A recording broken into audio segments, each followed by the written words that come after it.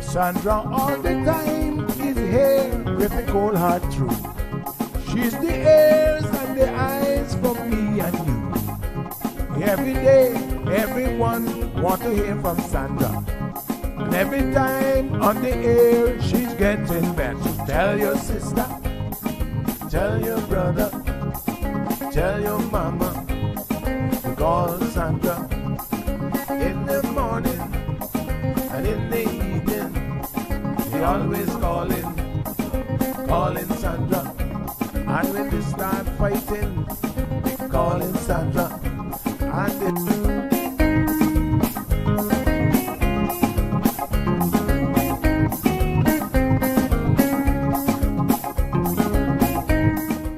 And That's right, folks. Everyone is telling their mama about the cold hard truth. Welcome to another episode with more truth-telling, more problem-solving, and of course, more tea spilling than ever before. Sit back, students, grab your tea and turn up the volume because class is now in session. Call in at 936-2626 because your voice matters. Share your opinion on issues that matter the most to you.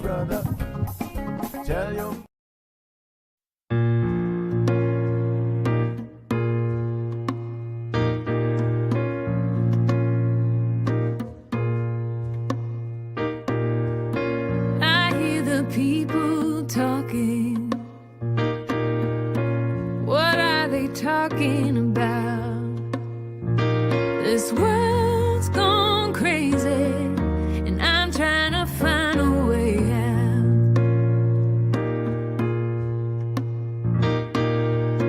Nobody knows where we're going, or if we're going at all. Cares if we stand, if we have nowhere to fall. It's a singing symphony, playing as the ship goes down. It's a porcelain epiphany, breaking if it hits the ground. I gotta find a way out.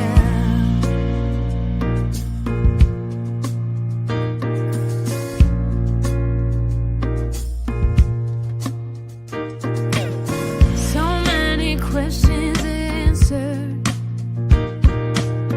without an answer to tell.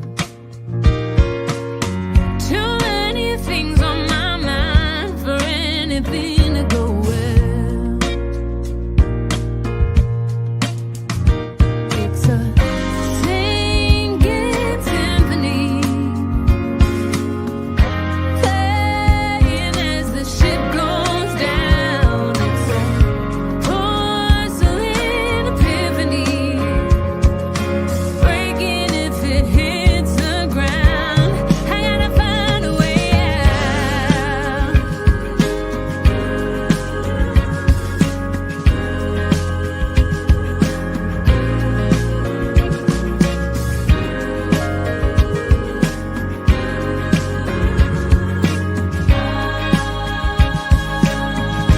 Oh, it's a singing symphony, playing as the ship goes down. It's a porcelain epiphany, breaking if it hits the ground. I gotta find a way out.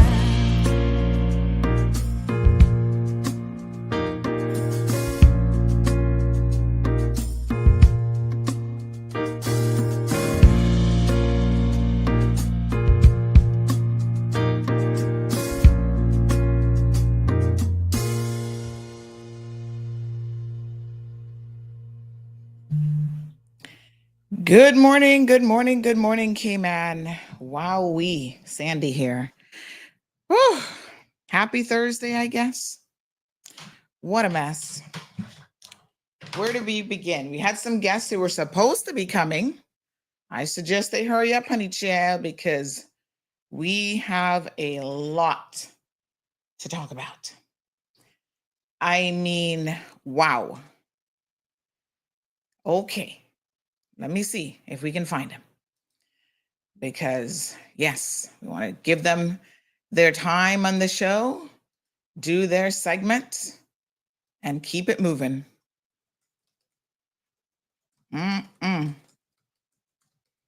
Wow.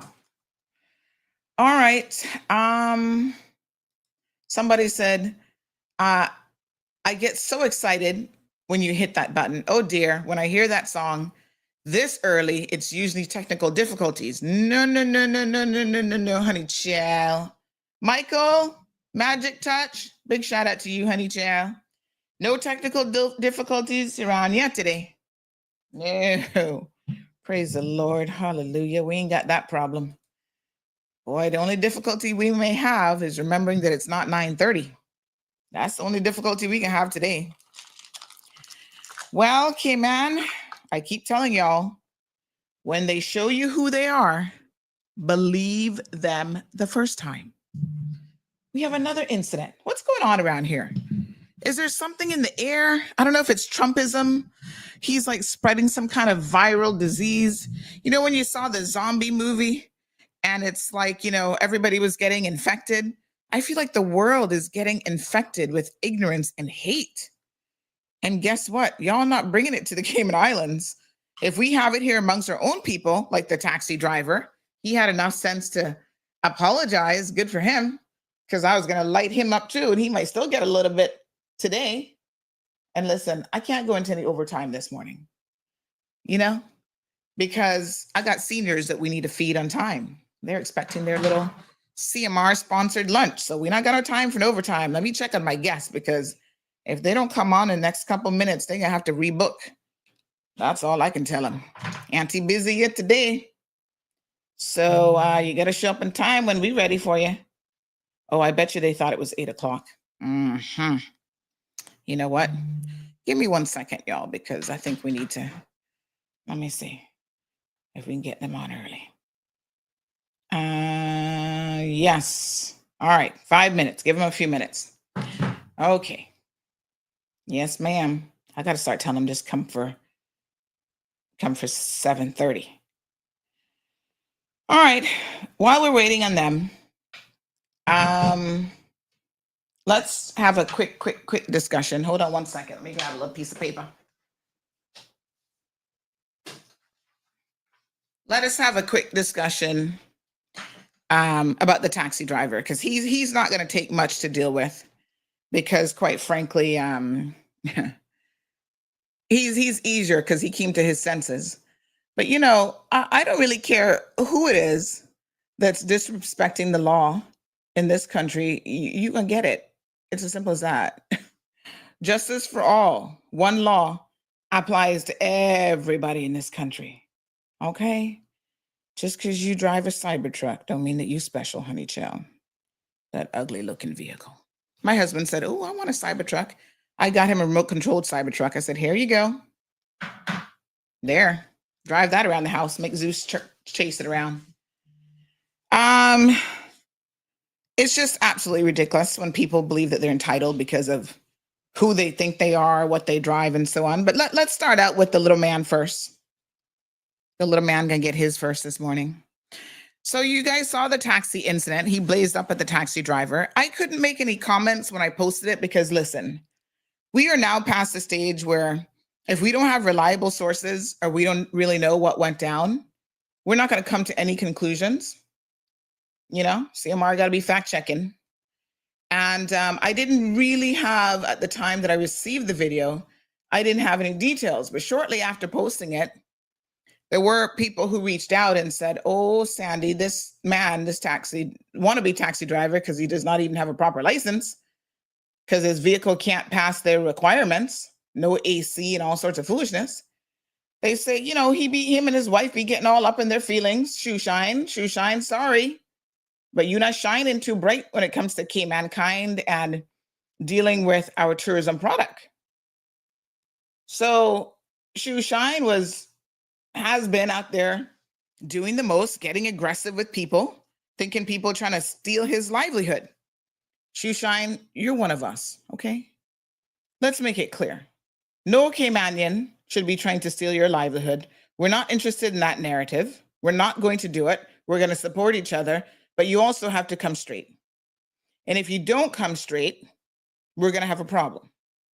It's as simple as that. If the PTU, Public Transport Unit, says that there's certain requirements for you to be licensed in the Cayman Islands, then it is what it is. Tourists need AC. This is the tropics, son. Between your car and your house and work and whatever, it's hot out there. So no tourist wants to get in a vehicle. We're not running no Bangarang Jimma John taxi service, right? Where your tires falling off, AC don't work, and all kind of low standards. Maintain your standards because that reflects on our entire tourism product. Y'all talking about, oh, you're losing business, losing tourists. Well, maybe some of you need to look in the mirror and reflect upon your own standards to see that perhaps you need to step it up. I'm just saying. Now, I'm not saying Shoe Shine isn't, with the tourists. I mean, I looked at your page, honey child. You look like you have some happy customers in the past. They want to take pictures with you and all that sort of stuff. But PTU has their regulations. They have their rules, and you have to abide by those. Not just you, everybody. So no one was picking on you. And I know you got up in your feelings about, what's his name? Is it Timmy, Tommy? That young man there, another Caymanian. And it was really a disgrace to see the two of you up in arms the way you were. And of course, you were recording it for it to go viral all over the world. Shame, shame, shame. Okay, that's not cool. Don't like it one bit. Do better and shape up. All right, I'm sending out the links. I haven't forgotten. I was just here cleaning my glasses and stuff. So it seems like Shoe Shine did eventually come to his senses and decided to apologize in the comment section. Now, you know what I always say. It is the level of your disrespect, your apology should meet that. Okay? So your apology should meet the level of your disrespect. So the same way you were flossing on the video and doing the most, quite frankly, Shoe Shine, you should have gone back on video and apologized and made that go viral in the same sort of way. Commenting and having it buried in the comment section where nobody can hardly see it isn't really up to standards of a proper apology, given how you came at this man and accused him of all sorts of foolishness about favoritism and this and that, and his sister don't like you and blah, blah, blah, blah, blah.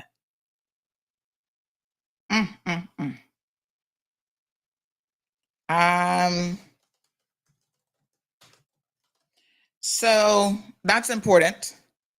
And it's important that we hold our, tourism ambassadors, let me call him that, to a high standard. And everybody decides to follow the exact same standard.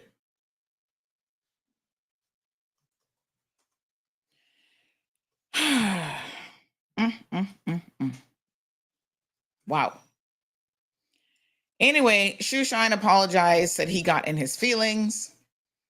And all right, honey child, we got to accept your little apology for what it is. I mean, just don't make it happen again. Because I understand, Shoe Shine, that you kind of, be acting a little bit of a fool out there sometimes. And that's not kosher. Everybody saw his apology. I posted it up because I said, listen, make that go viral too. Shoe Shine admitted that he was wrong. And so you're wrong, and you just apologize and let's keep it moving. All right, where's our guests? Where are they? They might have to come on tomorrow. All right. Honey chill. Ay, ay, ay. I tell you, what a shame. These are the things that I do have to wonder, whatever happened to that course that we had in tourism, where we were training our tourism ambassadors. Basically, it was like a customer service course. I think it was called Pride or something. Is that still an ongoing element of the tourism industry, where everyone who works in tourism should do the training? And quite frankly, everyone includes, in my humble opinion, our tour operators and stuff as well. Now, like I said, he technically doesn't have a proper license because his license was actually denied because he was not in compliance with the things that he should be in compliance with. So once again, shoe shine, get it together. All right. Big shout out, greetings this morning to Mr. Darney Kelly. Hope you have a fantastic birthday. Somebody just sent some birthday greetings for you. Now, I'm surprised. Let me see now. Still no guests? Honey child, we're gonna have to tell y'all. Better hurry up and jump on.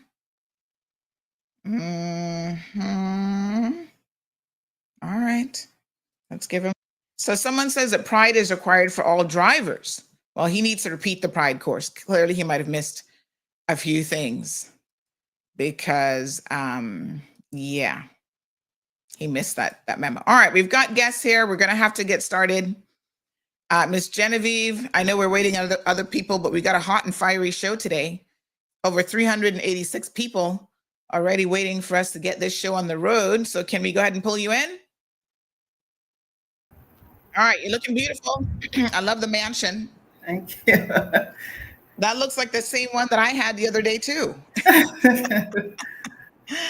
So listen, you might have to fly a little bit solo on your own this morning, but I know you can handle it. You're a superstar over there at the University College of the Cayman Islands. And we've got some amazing things going on this year. 50th anniversary coming up. Miss Genevieve, is that the right way to say it? That's correct, Shanice. Genevieve Phillip Durham, doctor. Let me put some respect in front of that name, honey child. Doctor. That's right. Dean of Humanities and Social Sciences at the University College of the Cayman Islands. And UCCI, one of the things I love about them is they actually host a lot of conferences, some that they put on themselves, and then some others in collaboration with other entities. But they're now getting ready in March to host yet another conference, and this one is entitled A Milestone for Caribbean Higher Education, and it's the ACTI conference for 2025. So ACTI stands for the Association of Caribbean Tertiary Institutions. Wow. I am suspecting that over those 2 days, you're going to have a lot of heavy hitters on island. So tell us a little bit about this event. Is this the first time that UCCI is actually hosting it? Good morning, and thank you for having me. It's not the first time that UCCI is hosting it. We have hosted the ACTI conference many years ago, but it's definitely the first time in a number of years that the conference is returning to the Cayman Islands. And I'm really happy that UCCI is partnering with ACTI for us to put on this important educational regional conference. So fantastic. So what exactly is the conference all about? So the conference title is Reimagining Higher Education, Impacting Economic and Social Transformation in the Caribbean. And we are going to be focusing on 4 themes that are relevant to the higher education context, not just the higher education context. Because remember, when we inherit students in the tertiary education system, we are getting them straight out of the secondary system. So we want to be able to increase dialogue with secondary school stakeholders as well as primary school. So our themes will focus on reality of artificial intelligence in the Caribbean, operational optimization in higher education, inclusive and innovative higher education for sustainable development. As you know, UCCI, the trajectory for us has been very much focused on sustainable development as well as AI. And the final theme is Caribbean regional food and nutrition security and climate action. So that's what we're looking at, and we're really looking forward to considerable engagement from local as well as regional stakeholders.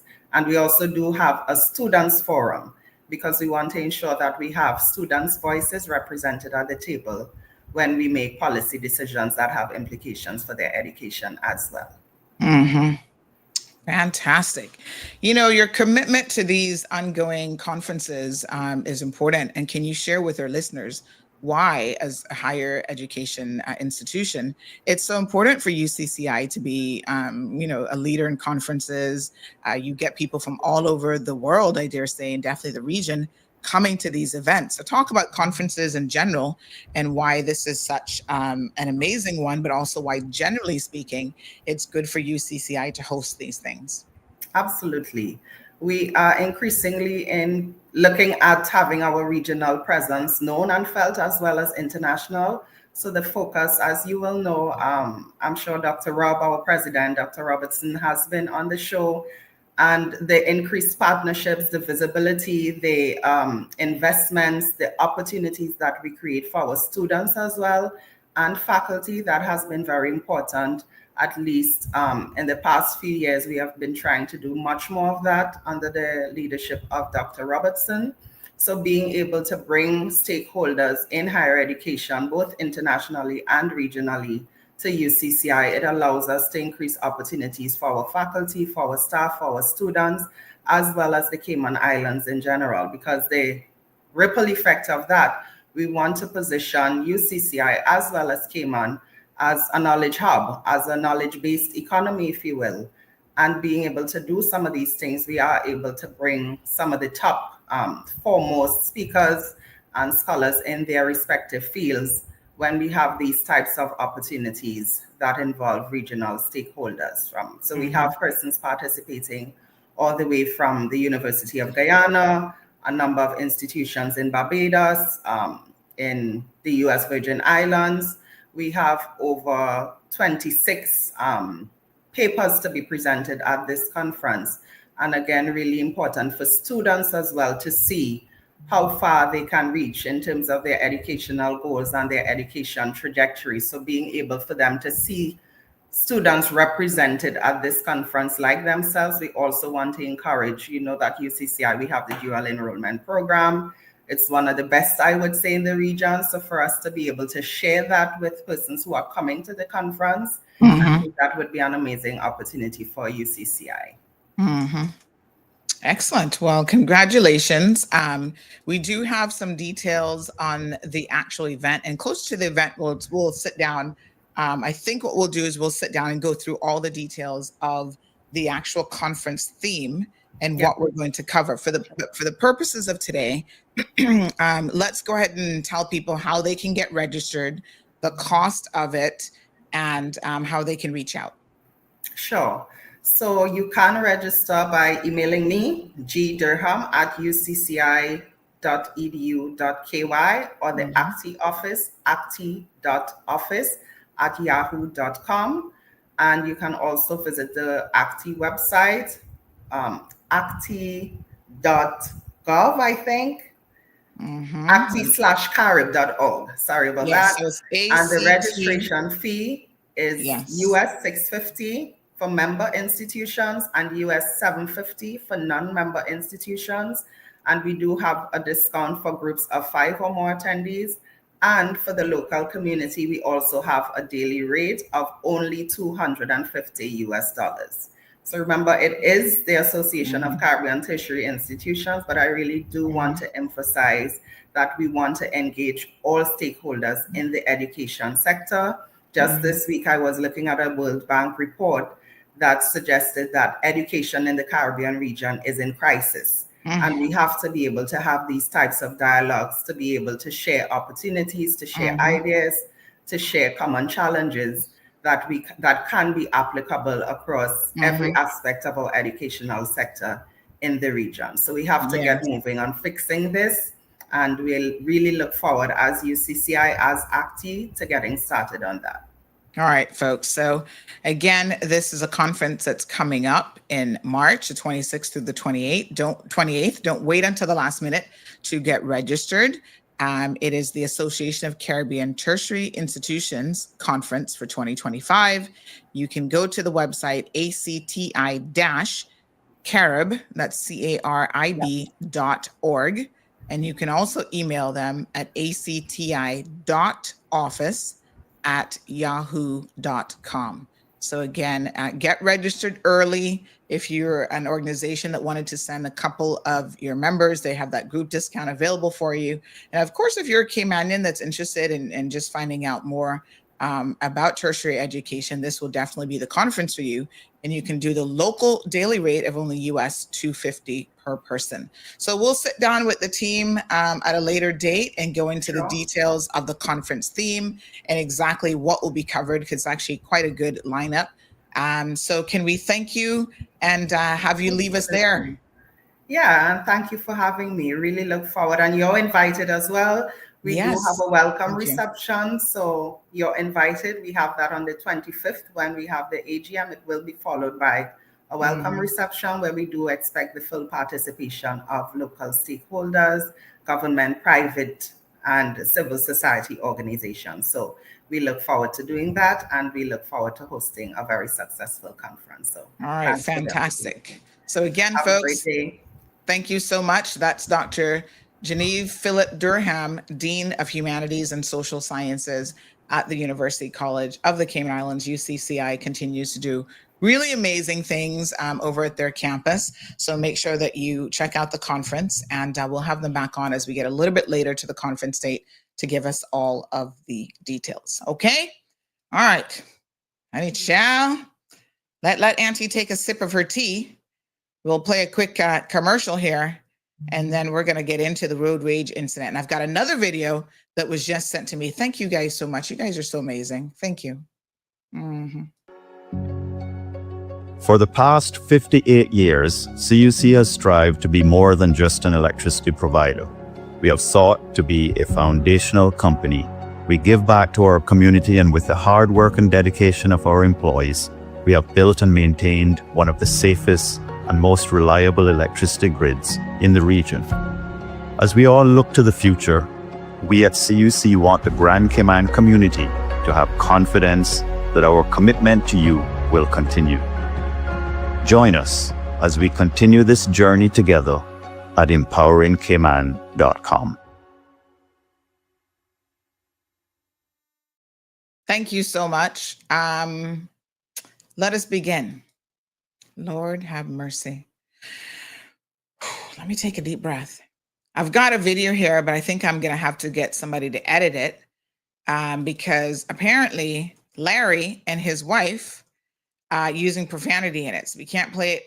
Let me just see who I can get to help me out here. Anywho, yes, let me try my editing guy, my audio guy. Can you quickly edit a video for me? All right, let's see if we can get him on it. So I edited the first video. The second video now needs to be edited. Lord Jesus. All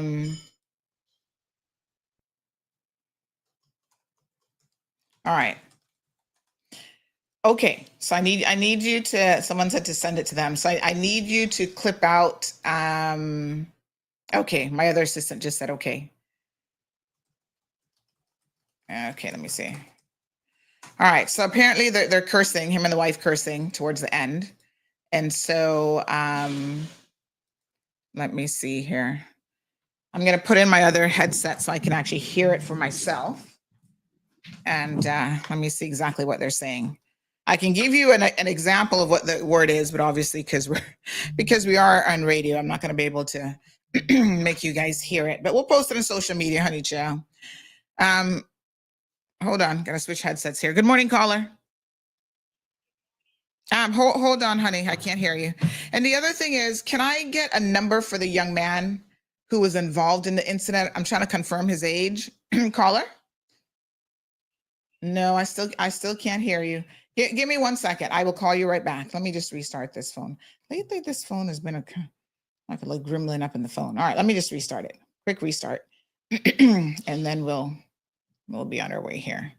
All right, so let me, in one ear, I'm going to listen to the video, and the other ear, I'm going to try to continue talking to you guys, and hopefully not accidentally blurt out any bad words, because, you know, when I see stuff like this, it makes me upset. Yeah, good.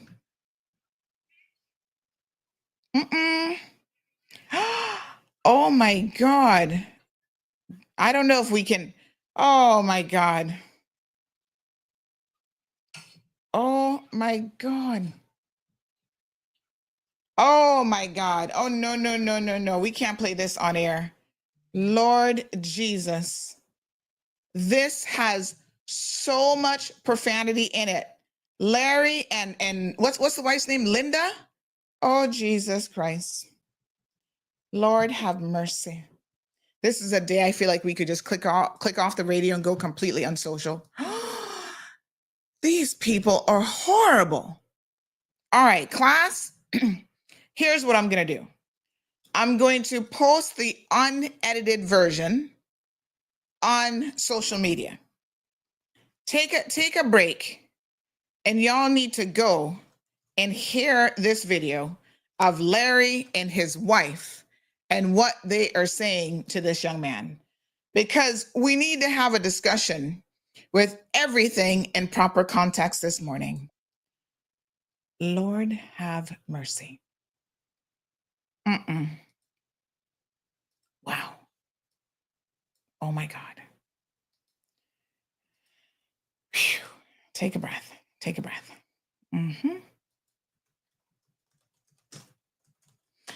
All right. Let me post it, because I keep telling every single one of you that it is important that you have a dash cam in your camera. And if this is not a test case for why that is, believe me, I don't know what would be. This is a perfect example of why you want video, you want images, you want everything that you can possibly get in relation to, if an incident happens. Because you see, interestingly enough, Linda was online in the comment section trying to defend Larry. And we're going to look at her so-called defense this morning. And I'm also going to have a look at what other eyewitnesses actually had to say. So, wow. It's pretty wild.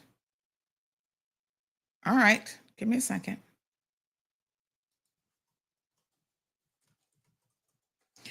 Give me 1 second. Wow. Linda. 1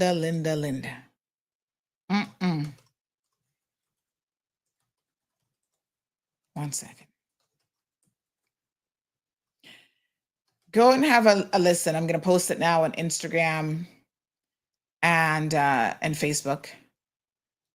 Go have a listen to this video, and then we're going to talk about it. I'm trying to see if these guys can amend it for me, if they can.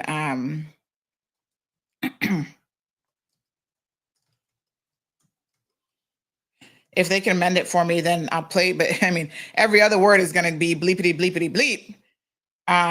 Because of that, Mr. Garth, unfortunately, you came a little bit late. We finished your segment already. So we'll catch up with you again. Not to worry. Good. I saw him logging on. I was like, oh gosh, he didn't get the memo. All right. Go watch that video. Right? What I can tell you is somebody done gone and lost their minds. Rewind. Let's watch the first video, which I had some of that clipped out.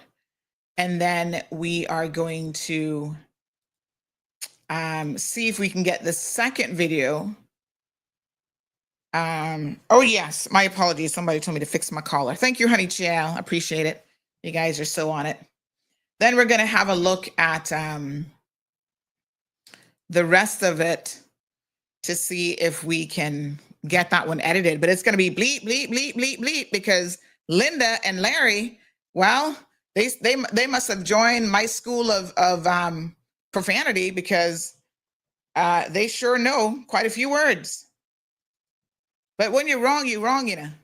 You can curse all you want, but when you're wrong, you're wrong. So apparently, this is the story that we got. Yesterday, around 6 o'clock, these individuals were driving. Yeah, they do use the N-word, but we'll put it in context here in a second. So they were driving. This kid is only 17 years old. And I'm going to tell you something. You know, obviously, you look at a 17-year-old, it would probably be pretty obvious that he was a young driver. And we all have to give young drivers a little bit of grace on the roadway. The allegation is that he may have tried to squeeze in. This is, and if I've gotten anything wrong, by all means, try to call in and correct it. But he was trying to squeeze into the east-west arterial, AKA the Newlands bypass, and may have, you know, as you do oftentimes in bumper-to-bumper traffic, may have cut Larry off a little bit or squeeze in, and Larry didn't like it. So Larry's driving around in one of his ugly cyber trucks. And this is Larry. Let me get Larry's name for you guys so we know exactly who it is that we're talking about. Don't worry, we got his picture. You guys know us already. We're going to make sure we fact check and try to get as much information as possible. And I was really concerned when I heard that the young man was only 17 years old. And I have confirmed now from multiple sources that that is indeed how old Larry is. I mean, Larry looks like he's about 70. That's how old this young man is. So let me just see here. And looks like Larry got a little thumping, which he should have. And I hope the RCIPS has since proceeded to arrest Larry, because what he did yesterday is actually an arrestable offense. All right. Okay, so I think we got it. Let me double check, child, because this got so much profanity in it. Offreg is sitting by the computer right now. Somebody has it sent to me. Hold on. I know Offreg's sitting there going, "Ooh, Sandy, we waiting for you to mess up." Hold on. Let me see. Mm-hmm.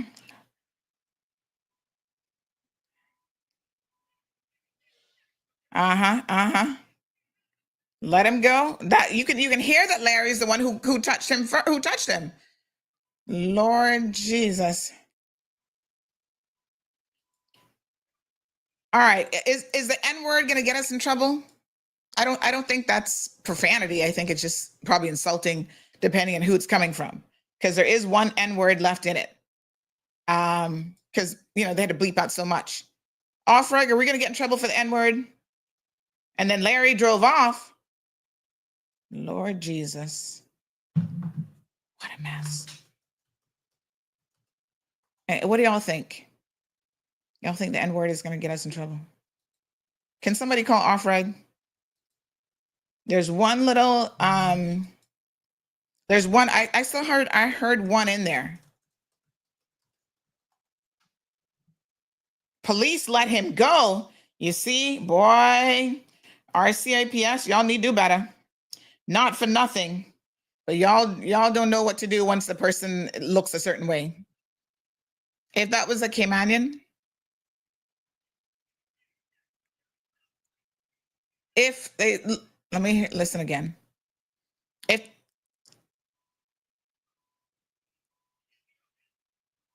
yeah, I still hear one N-word. Let me see if we can't message Offreg, because I'm so sick of them sometimes. Is the N-word a problem? Because y'all be like, "Oh, Sandy used the N-word." Not me using it, it's on the video.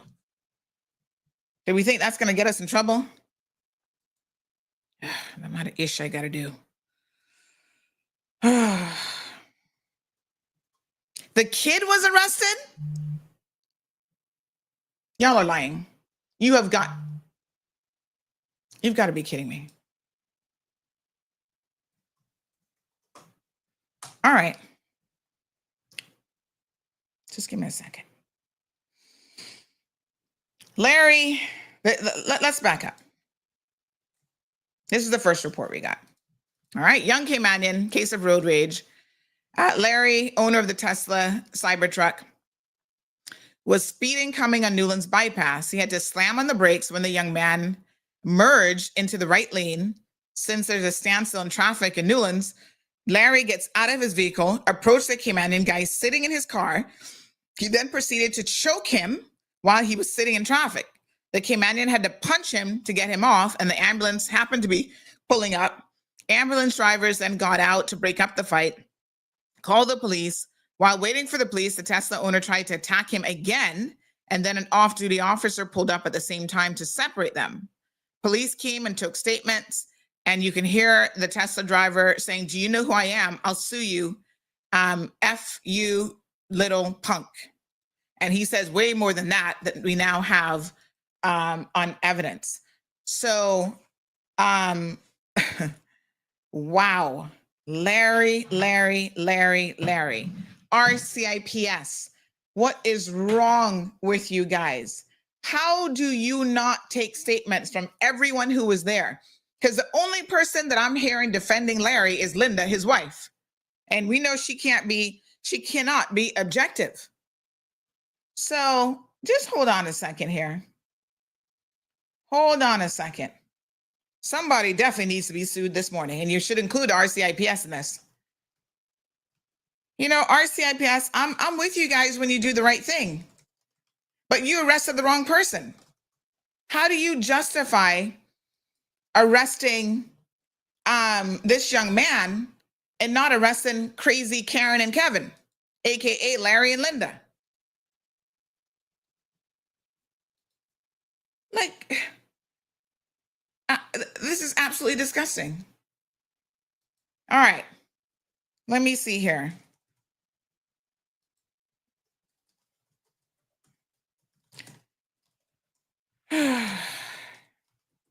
I don't consider the N-word profanity. Kurt Walton, this person says, has a case to answer. In my view, of course he does. And this reflects poorly on him. Obviously, he was not the one there.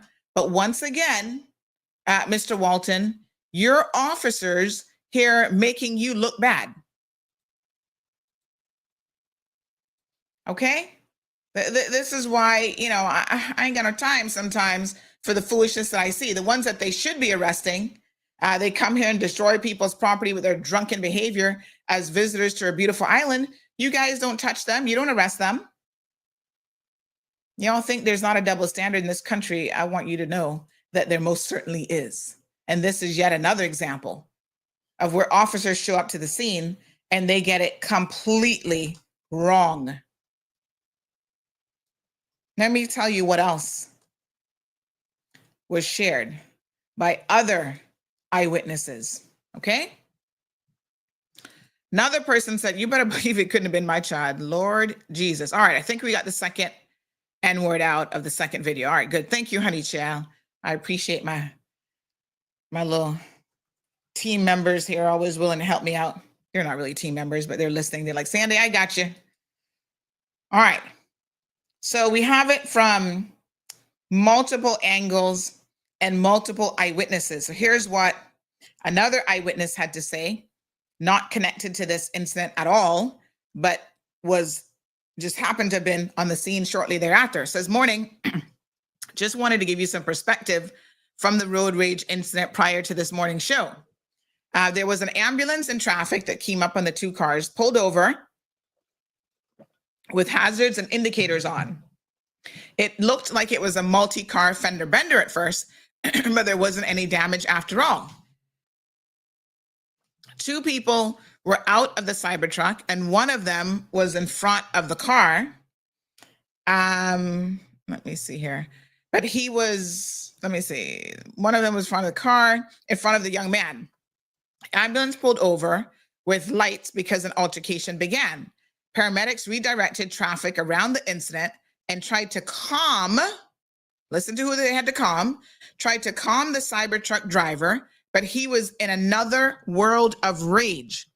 Wouldn't go sit down in his car or calm down. and he didn't get arrested? Bystanders were beginning to get rowdy and yell at the man because they saw that he was the one carrying on and now walking down the young man. It became a Caymanian versus SPAC subject once people who were driving by and stopped started getting involved. The wife of Larry was so disgusting by the things that she was saying. Her and Larry made comments saying that they were going to end the boy and he's in a world of trouble. And he knows people in high places. He's got connections, all kinds of crap. The young boy, of course, said some things, cussed, etc. But all in all, was taken aback by the ridiculous level the situation got to. Of course, blows were exchanged between them, and Larry was bleeding, and the young man had some redness to his face. Absolutely ridiculous and sad. If he had done this in the States, he would have been shot.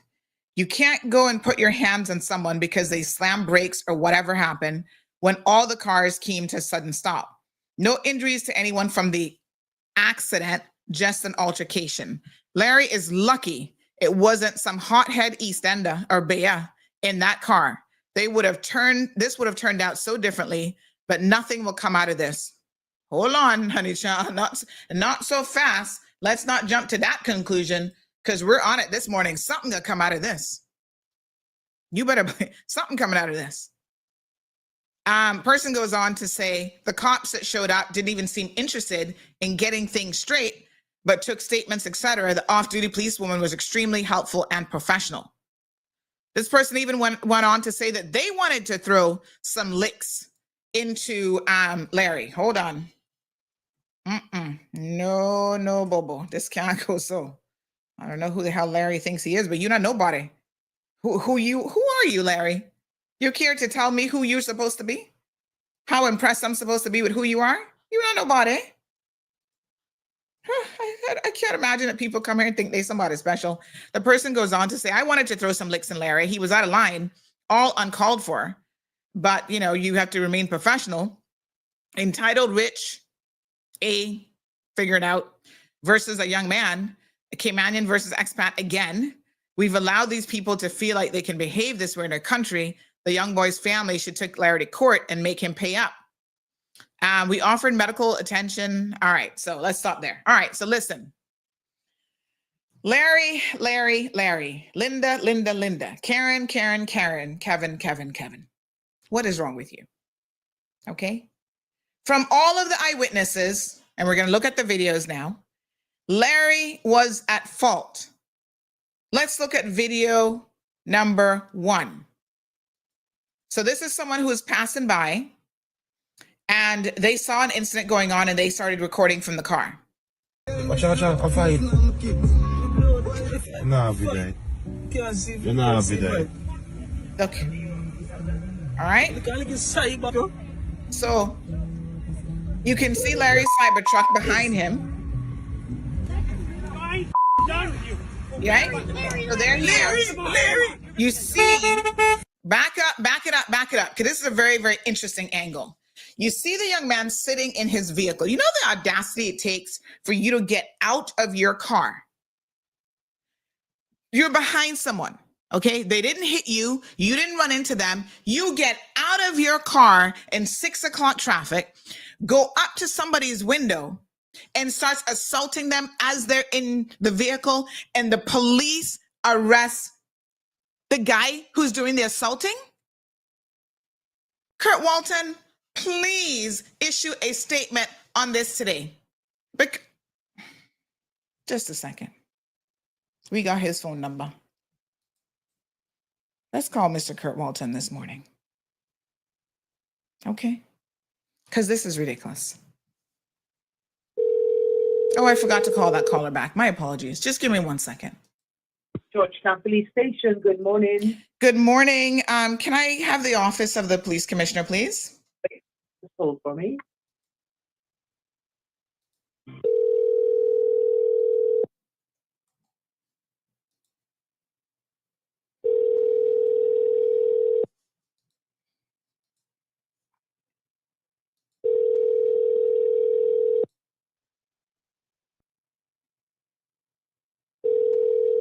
This Good day. You have reached the voicemail box of the Royal Cayman Islands Police Service headquarters. Please feel free to leave a message as well as... Sorry, the operator is not available. Record your message at the tone. Really? When you... Really? Hold on, folks. Let me see. Nobody really want to answer the phone.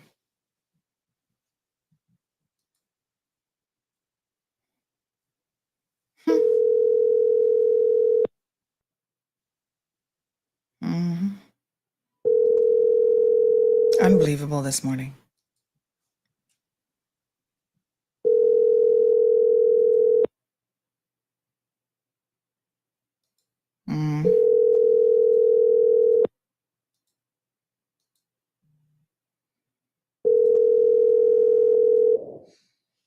Sorry, but Can't get nobody RCIPS, boy. No, sir. All right, let's move on. We'll definitely be reaching out to him about who was arrested because clearly they've made a mistake and they need to rectify it as quickly as possible. Georgetown Police Station, how can I help? Yes, good morning. I'm still trying to get a hold of the commissioner. I'm not sure if they're over there at this hour. Just let me find out, okay? Hold for me. Thanks so much.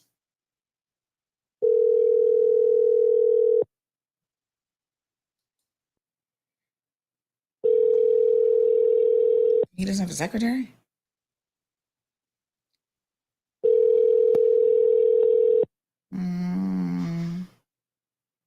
Okay. We reached out to them for comment. You have reached the voice. We reached out to them last night for comment. We haven't received anything yet, but let's continue. All right. So let's analyze this video because this video, boy, this is why, trust me, have your dash cams, have your phones ready because when something like this happens, I know the young men were saying, oh, they didn't want to record it. I am so glad that they recorded it because imagine if they hadn't recorded it and then you're going to sit here and believe lying Linda. We're going to look at her statement where she tells a complete falsehood and complete lie. So look at this. He walks up to the young man's car, right? You see him there, see? See? The young man is still in his car. The door is not even open. He is yelling and screaming at him. See? And she's like, Larry, Larry. He actually opens the young man's vehicle door. He pulled open his door, as you can see. This man was inviting a thumping.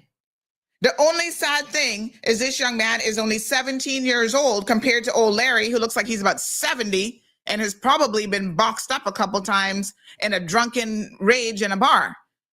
So, you know, he thought, oh, he can outbeat him. Well, thank God the young man looked like he got a few more defensive licks than Larry, because that's what Larry needed. I mean, to tell you, look at this. Look at man, look at. Look at. Oh my God. I mean, attacking. Good morning, caller. Morning. Jeez, Just want to confirm that the young man did get arrested. Can you imagine? Yep. Thank you. Is this live? Yes. Yes. This is a live number. He did get arrested. For what? For assaulting the man. Really? Because at the time, the police they didn't have any evidence that he assaulted the young man. So they took Larry's word for it, basically, Larry and Linda over everybody else. Yes. Mm-hmm. And then when they went down to the police station now, it's when, and the videos came out, is when they say, okay, they can see, the other man was. So ask yourself why the first impression is that the little young black Caymanian is the one who has to get arrested and not Larry. Yeah. Because they took preliminary statements, but you heard what an eyewitness said? The police didn't really look like they were too concerned about getting to the truth of the matter, because everybody was telling them Larry was the aggressor. Larry was the aggressor. The only two people that would have said anything different was Larry and Linda. So why arrest the young man? And there was the young man had a witness there, and he was trying to talk to the police, and they had no interest in getting any kind of statement from him. Wow. Wow. Is it possible to off a live for a second? To my portion of the call? Call me on my personal number, and I'm going to go to a commercial break on this line. 324 324 1612. 1612. Yes, Okay, ma'am. thank All you. right. Okay, no problem. All right. Folks, let's go ahead and get additional off-air details, and I'm going to be back. But RCIPS, y'all looking at a lawsuit for unlawful arrest this morning, you know. You better issue a public apology to this young man, and you better, if you know what's good for you, you better give him some compensation for this situation as well. All right, let me throw in a quick commercial, folks. We're gonna get some off-air details, and I will be right back.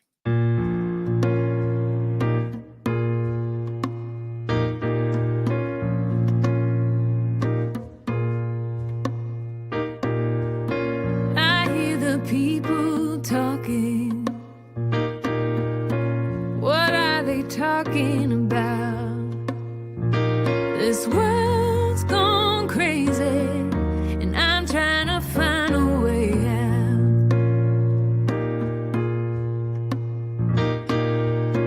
Nobody knows where we're going,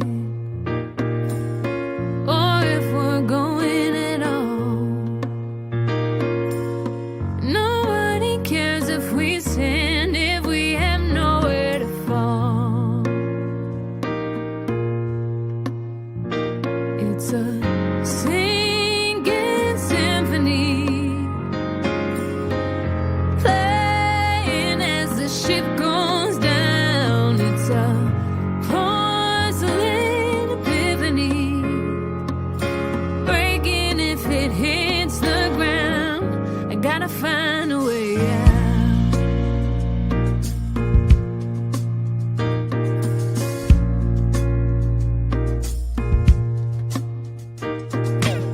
So many questions answered without an answer to tell. Too many things on my mind for anything to go well. It's a singing symphony,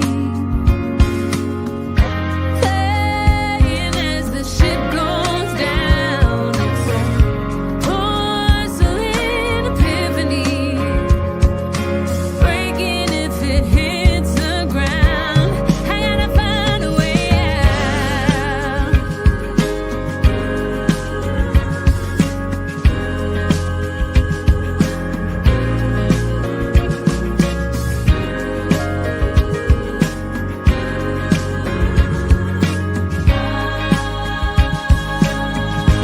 Oh, it's a singing symphony.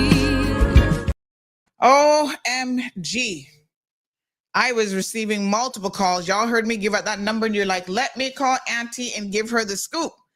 So listen, this story has just gotten exponentially worse. So guess who Linda is? Guess who Linda is? Anybody can guess who Linda is? And by the way, does that young man have a dash cam in his camera, in his car? Hold on a second here, honey child. Oh my God. No, sir. Listen carefully. Hold on. OMG. Y'all not gonna believe this one. Just hold on one second. All right. I don't think he had a dash cam in his car because I suspect we would have seen the footage by now. So, wow. This is madness. This is absolutely madness. Absolutely madness. Let me ask you a question. Does he have a dash cam in his car? Mm-hmm. Mm-hmm. Send me his number. Can I speak with him this morning? He's at school. All right. Yeah. No, I don't really want to talk about the incident with him, but we're gonna gift him a dash cam here this morning.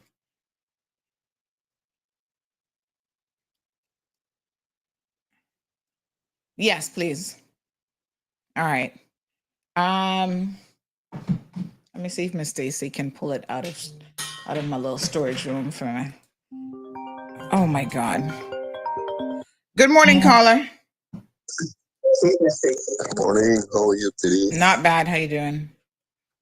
Yes, ma'am. I want to thank you for that. You know, the problem is every one of those police, and I was a police myself, but a lot of us went by the book. But what happened when I was working, it was a police force, but now it is a police service. And it's the definition is two different things. But I mean, I just looked on that video there that you post, and I mean, any one of us policemen that were policemen in the police force at that time would have never arrested that young man, would have never arrested him. But we have to find out who they were with the connection with who they know. And remember now, their nationality is their nationality wherever they go. And their nationality going to be first. Don't worry about going according to the book. And a lot of the policemen here, and I mean, I know Mr. Kurt Walton very good, and I respect him a lot to the max. But a lot of these policemen are not. I talk to them, police, every time I see a police with a uniform on, I go and talk with them. You know, and a lot of them are not trained properly. Mr. George, I thank you so much for those comments this morning, and you're absolutely correct. All right, give me one quick second. We're gonna call this young man, and I'm not gonna ask him anything about the incident because obviously, you know, we don't really want to compromise anything. But just give me one quick second. All right, my dear. Okay. All right. Love.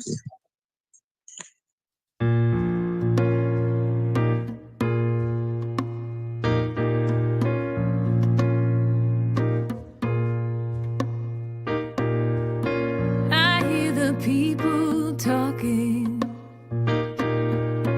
What are they talking about?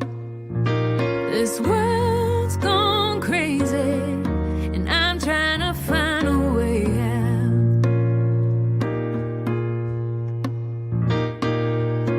Nobody knows where we're going, or if we're going at all. Nobody cares if we stand, if we have nowhere to fall. It's a singing symphony, playing as the ship goes down. It's a porcelain epiphany, breaking if it hits the ground. I gotta find a way out.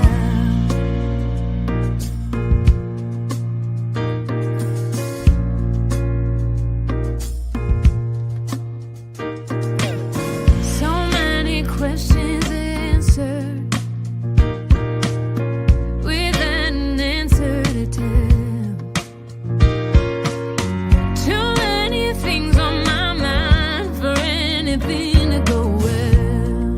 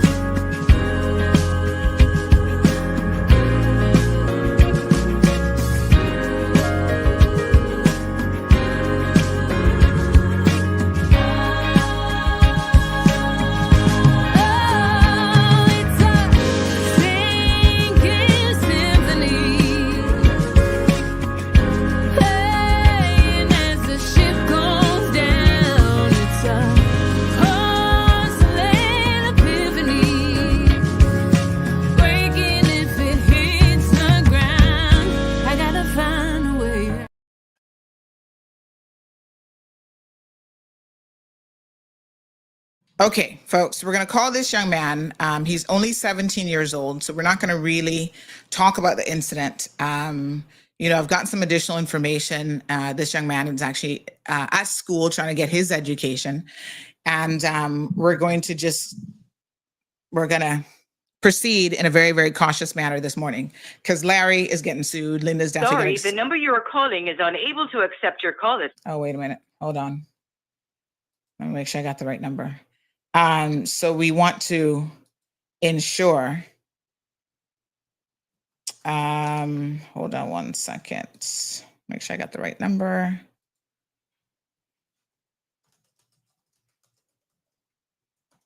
Mm-hmm.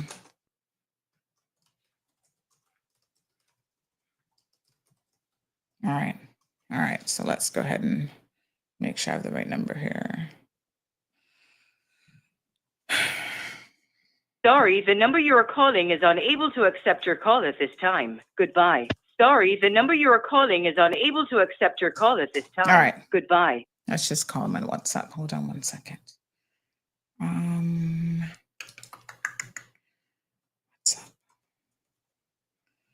All right. This is just so shocking and unbelievable. I gotta tell you the truth. Oh my God.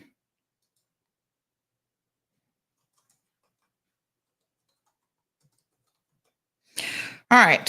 For some reason, we're having some issues getting through to him. But listen to what I have also just discovered. And that is that apparently Linda is the manager at the Pines. Somebody please tell me that I must be living in some alternative universe. Good morning, caller. Good morning. Morning. How are you? Good, how are you? Good. Listen, we don't want to get into what happened to you yesterday. We want to tell you that we're sorry that this happened to you. I think a lot of the video footage obviously speaks very, very clearly for itself. And it is unfortunate. You're only 17 years old. I'm so pleased to hear that you still got up and went to school this morning, despite this traumatic event actually happening to you. You're still prioritizing your education. I know I've heard your mom and your family are extremely traumatized by this, but this is a sad reality of the world that even in Cayman, you might experience a situation that is really, completely out of control. And I think you probably did your best to keep your cool. Obviously, we could see that this was self-defense here and you were defending yourself. But what I want to do is I want to give you a dash cam this morning because I understand that you actually had one and you'd been asking for one to be put in your vehicle. But I understand that dash cam is only one camera. So the one that we're gonna give you today is one that I personally use in all of my vehicles. It is in my opinion, it is the best one out there. It has 3 cameras, including internal audio in the cabin. It has a front camera and it also has a rear camera. So it would have captured so much more of this incident, although other people captured quite a bit of it. I wanted you to have this dash cam as a token of just appreciation because I still think that you held it down. Because trust me, if that was me in the vehicle and that man had assaulted me like that, he would have gotten more than a little redness on his face. So thank you for still making us proud from one Caymanian to the next, and just hold it down. And this is not going to end like this. I'm so sorry that you were victimized and that you were the one who was arrested by the RCIPS, because once again, this demonstrates their own prejudices and how they got it wrong. So we're going to give you this dash cam. It has a hard wiring kit. So even when you're not in your vehicle, it can pick up motion and start recording and stuff as well. So it's fantastic for more things than one. So just try to hold it down, try to get through the school day today and focus on your studies. Okay. Yes, Mom. Thank you very much. Have a good day. All right, my dear. Thanks too. So Crazy Larry and Linda, apparently Linda works at the Pines. I'm going to say that again. Linda, to the 1,000 people, we got 828 over here and 121 on Instagram. Linda works at the Pines. Can you imagine this woman working around our old people and she has a temper on her like this, well, I'm sorry to say, I'm kind of feeling sorry now for the people at the Pines. And the workers have already reached out to me who have to work with Linda at the Pines, and they said she is a terror on wheels. Not only is she a terror on wheels, folks, listen to this. Not only is she a terror on wheels, but she actually has the same Larry coming and doing work at the Pines. Sandy, in a 9:30 yet, honey child. Keep those edges straight before you say anything. When I heard that, this man, Larry, goes and works at the Pines. Linda works at the Pines. WT. Hold on. Y'all not stopping me from cussing this morning. I'm just going to bleep it out. Hold on, honey child. Where's my here we go.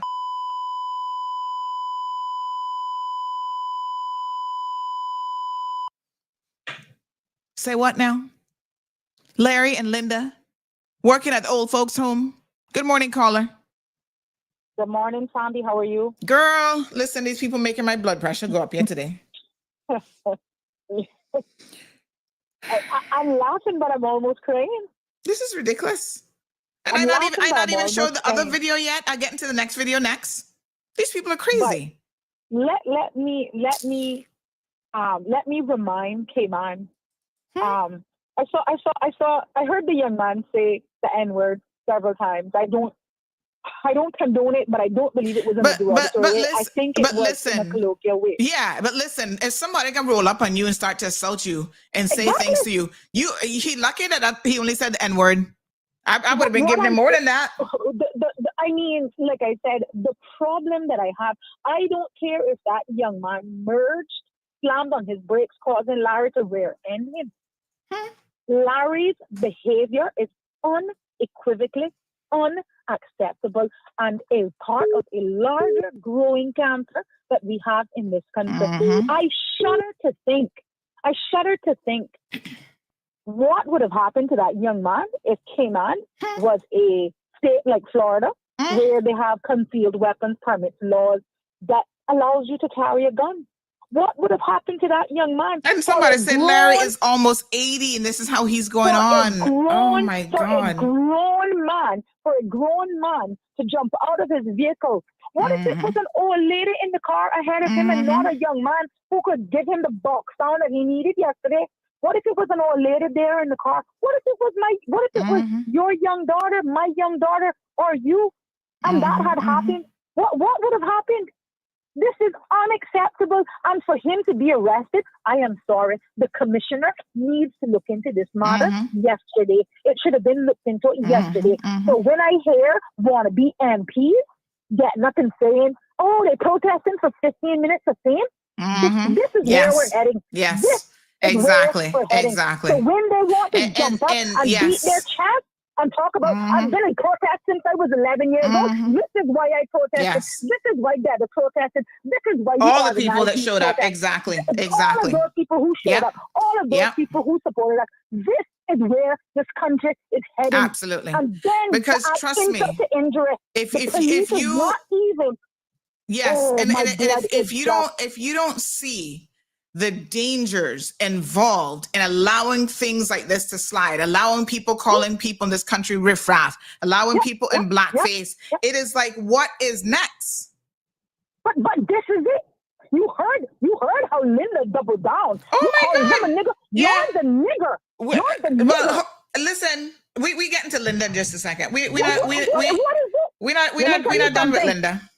Let them. They bless their stars. They blessed their stars that they wasn't on the after the Tibet hadn't had faith, because I would have dragged them. Let me tell you, this behavior is unacceptable. And unless we do something now, that young man, you have my details, Sandra, please have them call me, and I will ensure that Larry is prosecuted and that he is compensated. Let me just 1 second. We have another caller who's called me off air and said that it's not that Linda. it's another Linda that works at the Pines. So allow me to apologize to that Linda, because this person said, nope, that's not her. That's another Linda. So I don't know which Linda it is, and I never accused Linda. Well, yes, let me clarify. Linda, we were told, somebody called and they were listening, and let me be very clear here. We're talking about Larry McBean. So this person said, no, it's not that Linda that is at the Pines. And this is someone who works at the Pines saying that was her. So I don't know how they got that wrong. But anyway, again, no, that's not the Linda we're referring to. That young man and his family needs to ensure that justice is served. Yeah. We as a community need to ensure that young man gets justice. That, again, let me say it for the listening audience, the RCIPS, Larry and Linda. They are a part of the problem in this country, and they can leave. They can leave. We don't need it. We don't want it. They can leave. They are a part of the larger cancer that we have in this society, and we see the degradation from riffraff to nigger to road rage. Where to next? Where to next? Where to next? Yeah, and maybe I shouldn't be allowing you to use the N-word, because I don't know if they're going to get upset over it off reg about the N-word. Fred, forgive me, and don't find Sally. Oh my God. Like I said, all right. no, So apparently there's let me just crime. clarify where people probably got a little bit confused. There's another Linda, but it's not this Larry. So there's another Linda and Larry at the Pines, but it's not this one. So thank you so much, folks, for the clarification. So I just want to make it very, very clear. You there again. Please have that young man and his family contact me, and we will ensure that this gets the justice and attention that it needs. Again, thank you. Let me remind all the wannabes, this is why we protest. It's not about 15 minutes. It's to stop the degradation of our society. Thank you. I'll leave you there. Good morning, caller. Morning. Yes, I just wanted to agree with the last caller, and we need to make sure this is handled in the proper way, and this young man gets a lawyer. Yep. Absolutely. We got set up an account and donate. Because, like she said, this is why we protested. Someone commented in the comment section, oh, this is nothing new. It's just that everyone has cameras. Well, guess what? It might be new, but now it can be old. It's time to stop. It's time for it to stop. And just as we said at the protest, that everyone was like, oh, that's not a big deal. No, it was a big deal. And that was the beginning. And now it's time for us to stand together behind this young man. He's 17 years old. A young Caymanian man. Clearly, he went to school today trying to make something of himself. And this is the kind of foolishness the RCIPS needs to be taken to court. And the man that assaulted him needs to be taken to court since he got so much money and he know people and who he is. That young man needs to get some of that Tesla money. And I want to know who the hell Larry is. Who is he that he thinks he's so special? I mean, exactly. Please ensure that they call Siobhan. Please ensure that this young man gets a lawyer. Whatever it takes, we will make sure that this is handled properly. Thank you. All right, let's watch the second video, which is actually from this young man's dash cam. But like I said, I'm going to send the link for you guys. You all need to get a 3-cam dash cam, right? And also, as I said, make sure you get the additional kit. It's just an additional wiring for this product, because when you're not in your vehicle, it's also recording. So that is very, very important. All right. So give me 1 second here. All right. So here's the other vehicle. We had to amend it because there is a bit of profanity in it. So let me play this. So this was taken from the young man's vehicle, so you do get a sense of how the argument started. Ready? Here we go, folks. No, okay, I'll do that, Bridget. What? I said I'll do that. Yo, shut the you. So you all right. You see, the young man, she said, oh, we're waiting for the police. You can see that initially the young man's like, all right, cool, I'll do that, brethren. And she's like, what? And this is where it starts to escalate. Listen very, very carefully to what happened. No, okay, I'll do that, Bridget. What? I said I'll do that. Yo, shut the you. So what he said is he used the N-word when he repeated it. When she said, what? He was just saying, all right, I'll do that N-word, right? And again, I don't personally consider the N-word profane, and it's more of a colloquial term. And, you know, obviously, no, okay, I'll do that, off, and then she starts calling him the N-word. I said I'll do that. Yo, shut the you. Larry, Larry, what up? And then you can hear Larry attacking him. What up? What up? You want to hit me? What up? What up? Calling him. You're the. What up? Okay, police, call the. Yo. You see?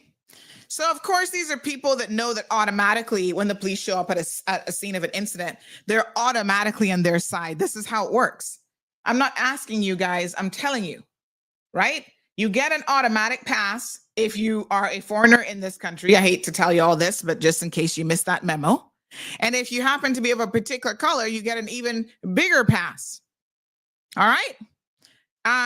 Let me just play it again. No, okay, I'll do that, Bridget. What? I said I'll do that. Yo, shut the you.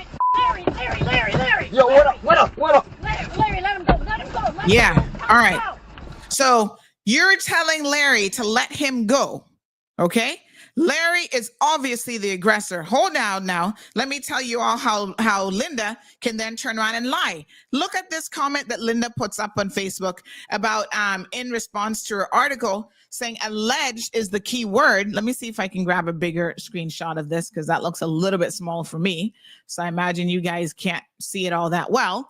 But she makes a statement then in the comment section about what transpired. Miss Joyce? Good morning. Morning, Miss Joyce. My dear. I am so, I can't even tell you how I feel this morning. And I'm not laughing because it's not a laughable situation. It's like you have to laugh. Otherwise, you are crying. You go get Larry and Linda and box their head together. Well, you know what? The truth is, my darling, is that I cried. Tears rolled down because, you know what? These young people, and I'm saying that, you know, they drive, even us older ones. But if you have an accident, who are you to pull someone's door? It wasn't even an accident. He just like kind of, I guess. You know, he slammed the car in Linda. Whatever she is saying that he was the aggressor. Tell me now. Linda's a liar. How you gonna? But I heard both sides. Even when she's telling Larry, stop. Why would you tell Larry to stop if he wasn't doing anything wrong? Exactly. And he wasn't doing anything wrong. Yeah. And this tells me that she knows the kind of person that Larry is, of course. She started to scream before. Yes. Larry. So you know his temperament. And that's why you're screaming for him to stop. But you know, I want to say that we use as a term. I said, what's up, my nigga? We don't mean that as calling a person a bad thing, right? And you know, people take these terminologies. We're Caymanians, and I see what's up, my nigga, because it might be my friend, right? And he was being polite. He said, okay, let me call the police. That wasn't good enough for you. And she now is, she's one of them that had made the man too, because she said, what? You know, like she's making Lara feel like he's more powerful than he is. That could have turned out differently. That young man could have a machete like I have in my car. That young man could have a bat in his car, and it could have turned out differently. And the first thing they would have said, these young Caymanians, they don't know good, they drive them down car, they know whatever, and see what he did the man and this and that. Now, if there wasn't videos to show, exactly, that would be the first thing. Because she would be maintaining this narrative that that the young man was the aggressor. Likeable to have been believed. Yes. Right? She would have probably been more likable to believe if they didn't have videos. Because that's what I'm telling y'all. Every single one of you, get your dash cams in your cars. Don't play around with these people. True. Thank you, Miss Joyce. You imagine, right? I'm just thinking that if we didn't have videos, what more would she say? How are you injured and you out there fighting someone? This has to stop because I lived in America and see people shoot people, get out a car and shoot a person, right? One day on the express, this man, the bridges was coming up. This young lady stopped and he wanted her to drive across while the things are coming down the rails, and she wouldn't. He got up and pull her door, and I took my car, rev it. I took the car, rev it behind because I was telling him I was going to lick him down if he had troubled that young lady. And he cursed and got back in his car. So this is a behavior, and they do not need it to bring it here. We don't need it here, right? And I am not instrumenting anything bad. I'm just saying it can't work. I have a place right where he is. I ain't rich, so he not richer than nobody else, right? I own somewhere right where he lives. I own one. So I don't know why he's going on like he's more than anybody else. You don't do that. Who are you? And what is that car? I see him speeding north side, full speed. And that is something I've seen. So it's not like you don't speed. It's just that it's unfortunate the young man might have made a swift move. They do it. They shouldn't do it. Yeah, and the thing about it, right? Let me just say this, right? He wasn't originally disrespectful, you know. He said brethren first. He never was. But He then was the next time, and of course we took that out because, like I said, off, right? Be all up in their feelings. Then the second time he said, all right, and then N-word, like you repeat the same thing and use N-word. But that was because she, the big hard back 60-something-year-old woman, could be close to 80. She was already starting to escalate the situation. We have other calls, Miss Joyce Ann. Thank you. All right, caller, good morning. Welcome to the program. Oh, you got to turn down the radio, honey child. Turn down. Folks, when you call in, you got to turn down your radio. How many times I can tell y'all the same thing? Turn the radio off. You can't hear when you call in. Are you not able to hear it from the phone call? I don't know, because I tries to answer right away. All right, so this is what Linda McGean had to say. Alleged is the key word. He was defending the car ahead and us behind. Lord Jesus. Linda, you turn down that radio, please. Hello. Hi. Sandra. Morning. Morning. This is Linda Mitchell and Larry Mitchell. Yes, my apologies, Linda. You're not the correct Linda. This is very, very upsetting for you to bring us into something as well as the Pines retirement home. Miss Linda? I haven't even gotten to my office yet. My phone has just been ringing off the hook. I appreciate that. We had a caller that gave us some incorrect information, and I sincerely apologize to you. They said, Sandra, you can't, listen, I admire you. I admire the work that you do. But you cannot have these people come on open air giving you information that is totally false. I completely agree. It is totally false. And look at what they've done to our image. This is just not good at all. And then you bring my company, the company where I work, into all of this. So you need to fix this. Well, I think we already have. We have corrected it multiple times to confirm. I'm still getting calls, and people are still calling me. And you need to. I don't know what you need to do, but you have better fix it. As I said earlier, the level of your disrespect, the apology should come likewise, right? Within a minute, we had the correct information. And we have repeatedly said, folks, it is not that Linda. Our apologies. How else would she like to fix it? Femi says, oh, you're fine. Relax, another Linda. We have more people on air that were not on air earlier who are listening. It is not that Linda and Larry. Listen, all the Lindas of the world. It's Larry McGean and Linda McGean, not Larry Mitchell, not Linda Mitchell. Okay? What else would you like? How else would you like us to fix it? Put out a press release. We'll deliver you some lunch today. You want us to bring lunch to the seniors at the Pines? What do you want? It is not that. I know. Danella says, what a coincidence. Dang, it is. And I think that's why the person who actually works with her was thinking it was her. They're like, wow, another Larry and Linda? She might want to talk to her staff because it doesn't seem like they like her in any event. But anyway, we're not going to go down that rabbit hole today. I'm just saying, Linda, you need to talk to your staff. Good morning, caller.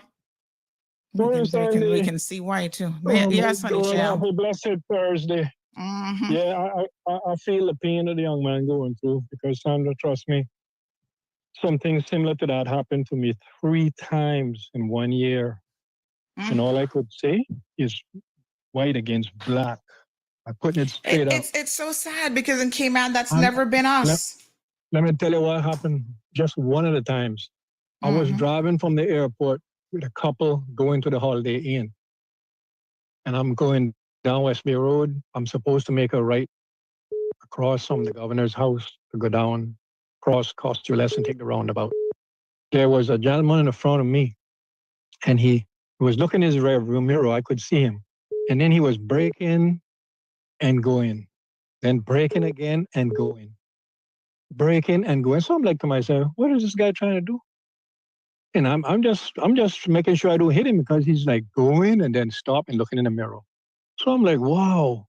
But I couldn't do anything about that because he's in the front of me, I'm behind him. So anyway, he made his right turn, just like I'm going to make my right turn. And he indicated towards Costules. Before I passed him, he wind his window down and he put his middle finger up at me.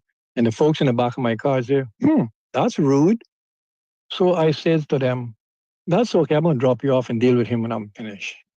So I went and dropped the folks off and I came back, Sandra. I could have made a lot of money that day, but I decided I'm going to deal with this guy. And I waited in the parking lot until he came from out of the store. And I says to him, I say, you need to apologize for what you did because that's rude. And he says, I'm going to take a picture of your car license plate and I'm going to report you. He pointed at the license plate. He said, go ahead, take it. And I did it. Then he got in his car and drove off. When he drove off, I drove behind him. And I spent almost a half an hour following him. I didn't care where he was going. I had time to spend. I was mad.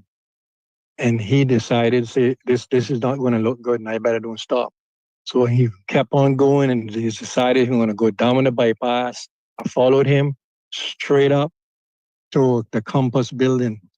And when I saw him going straight, I immediately said to myself, he's going to the police station. So I made the left turn and went back to the airport.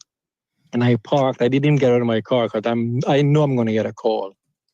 So I'm sitting there and the phone rang. When the phone rang, it was a police officer. I won't call his name. And he says, I need to come to the police station. And I was happy to go. I went straight to the police station. And I told him why I was there and he sent me into the room. When I got into the room, it was the driver of the car, his woman or his wife or whoever she was, and an officer. And he told me that the gentleman reported me for following him and whatever. And he felt like I was about to do him something. So I told the officer what happened.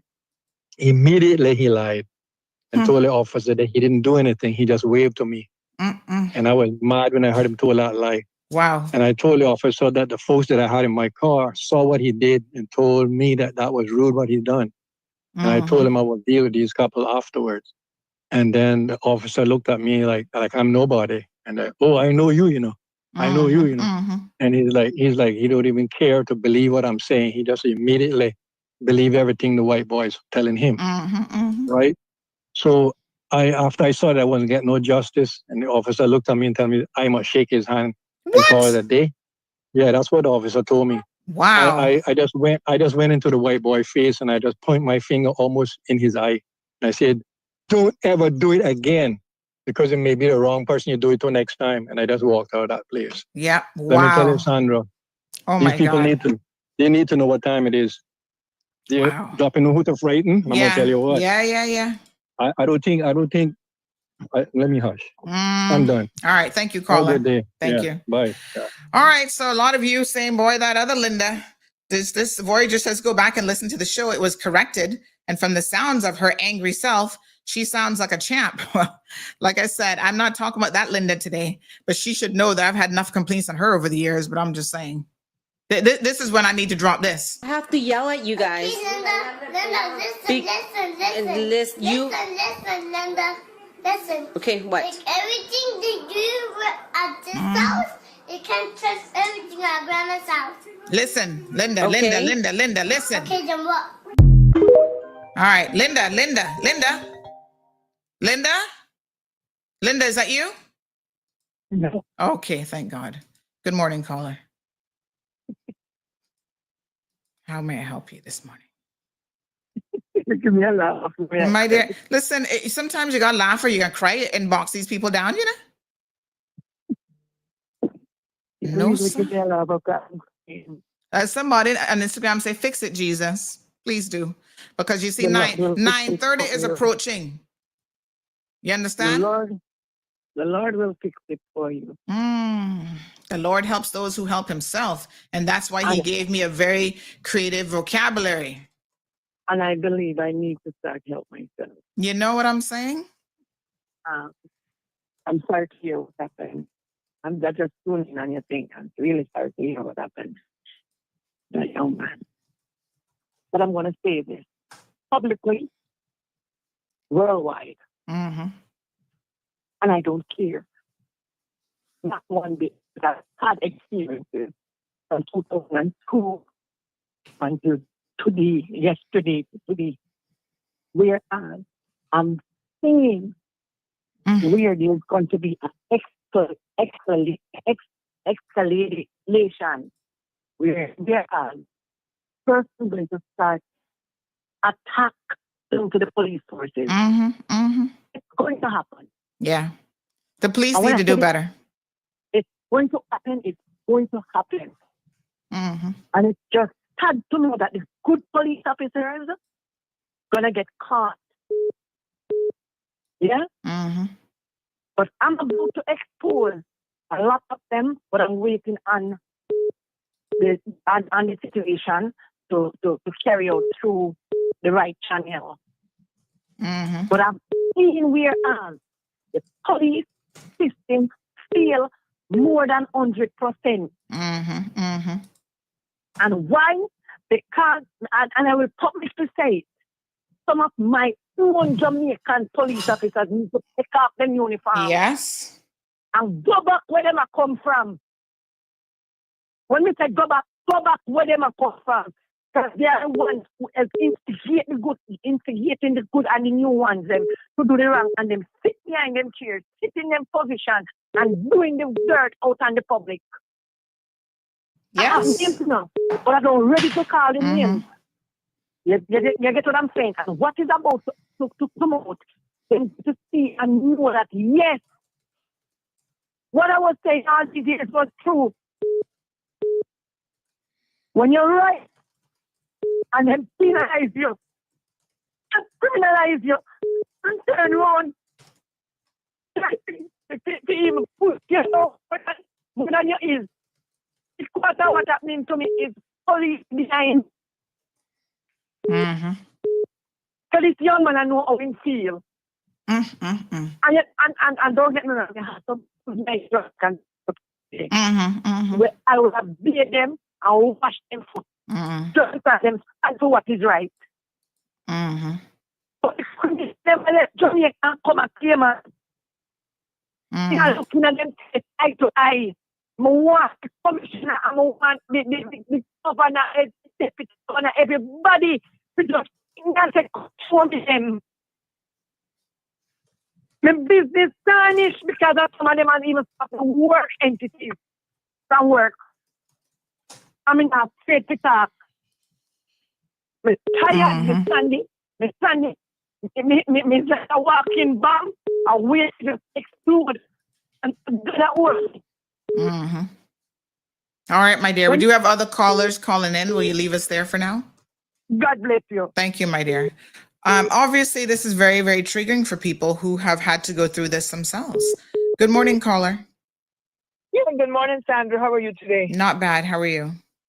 Good. My name is Deborah Larman, better known to most people as Patty. I was just listening a bit, and I heard you talking about an incident that happened on, I think you said on the West Bay Road yesterday between, I think one of the Tesla cars or whatever with a young boy. It was Spots, Newland's bypass. Oh, up on that bypass. Yes, okay. yes. You know, while I don't condone what the foreigners' behavior is towards the Caymanian people, we have the right to feel upset about their behavior. But on the other hand, Sandra, when we got politicians that had stood on podiums and called us unemployable, called us troublemakers, called us stupid, I mean, and tell us that we shouldn't be protesting out in the streets because out on the street. Yeah, right. That's what they're telling us. So for me, Sandra, while I feel saddened by some of the things that are going on in my country, with some of these, I suppose, paper Caymanians, but on the other hand, I can't help but talk about what our politicians, born and bred Caymanians, refer to us as. You're going to refer to us as unemployable, stupid, troublemakers, and then they're always saying, give us another chance. For me, I can't see sense in that, Sandra. Can't see sense in that. I welcome everybody to my shores. We try, but clearly not everybody needs to be here. So I mean, this is now where, like I said, we need to start when they show us who they are. We need to start believing them. I agree. But like I said, they're the same politicians that we keep putting back in.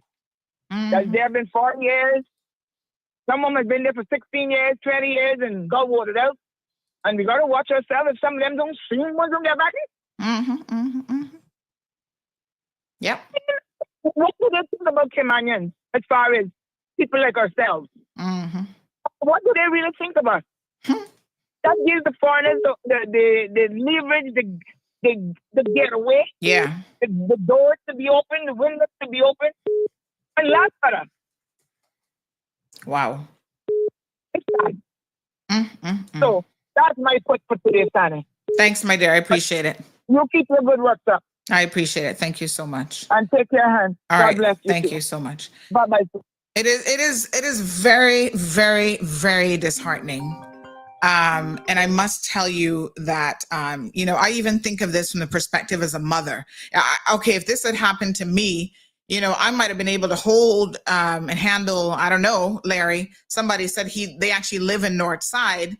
I think the person said Rum Point area, and they're always flying through the district in this Tesla cyber truck. So he really must think he's somebody for real. Caller, good morning and welcome to the program. Yes, good morning, Sandra. Hope all is Morning, my dear. Morning, Kim. Yeah, but just that last caller opinion. I don't really catch everything, but what we need to start doing? We need to change that law. As soon the members get voted in and do their 2 terms, they can't run again. That's it. No run, no pay, no payment after that. 0. Go find a job, go be a normal civilian like the rest of us. That's it. Thank you. Thank you, caller.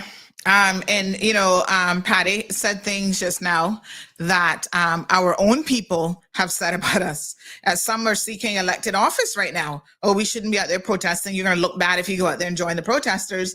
And then we've had people like McKeeva Bush driving by saying, oh, y'all troublemakers, you're causing trouble, blah, blah, blah. We're in the position that we are in this country right now because of politicians like McKeeva Bush. Don't make no 2 bones about it, because they don't have the backbone. They always kissing somebody else's rear end and not 9:30 yet, right? And that is why we are exactly where we are. She's right. It was Alden McLaughlin who talked about our lack of employability and how we must always work for the man. Oh, foreign investors come here. Y'all need a job from them as a secretary and receptionist, because apparently in his mind, that is the best that Caymanians can achieve, is all the way at the bottom of the totem pole. And I'm like, really? He insulted people that day and he's never to this day apologized for it. Good morning, caller. Good morning, honey child. How are you? My dear, what a mess. A big mess. Hear what? People think that I'm obsessed with the police and I'm always having problems with the police. Well, now they're seeing the incompetence of the police because you child, whoever the arresting officer is that arrest that child should be fired. Yep. Whoever those officers I are agree. should be fired. And the because at the end, ombudsman this morning should also be looking into this. you understand?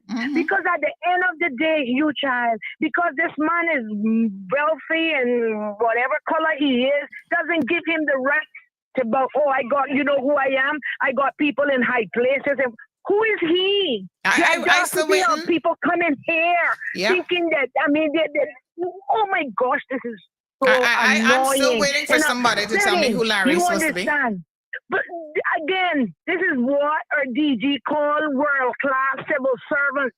Incompetent is what needs to be said instead of world-class. And I think you need to call the DG to address these officers because then they are guilty of doing things like this. You know, see it. They are guilty of abusing their power. They are guilty. They're quicker to put our Caymanians away in northward than other people. When our Caymanians don't deserve to be treated that way. You understand? That police the Royal Cayman Islands Police Services need a clean sweep. You hear what I'm telling you? Because incompetence is ruling in that force. Incompetence. You understand? When in now one thing, it's the next. Let me just share a little piece with you.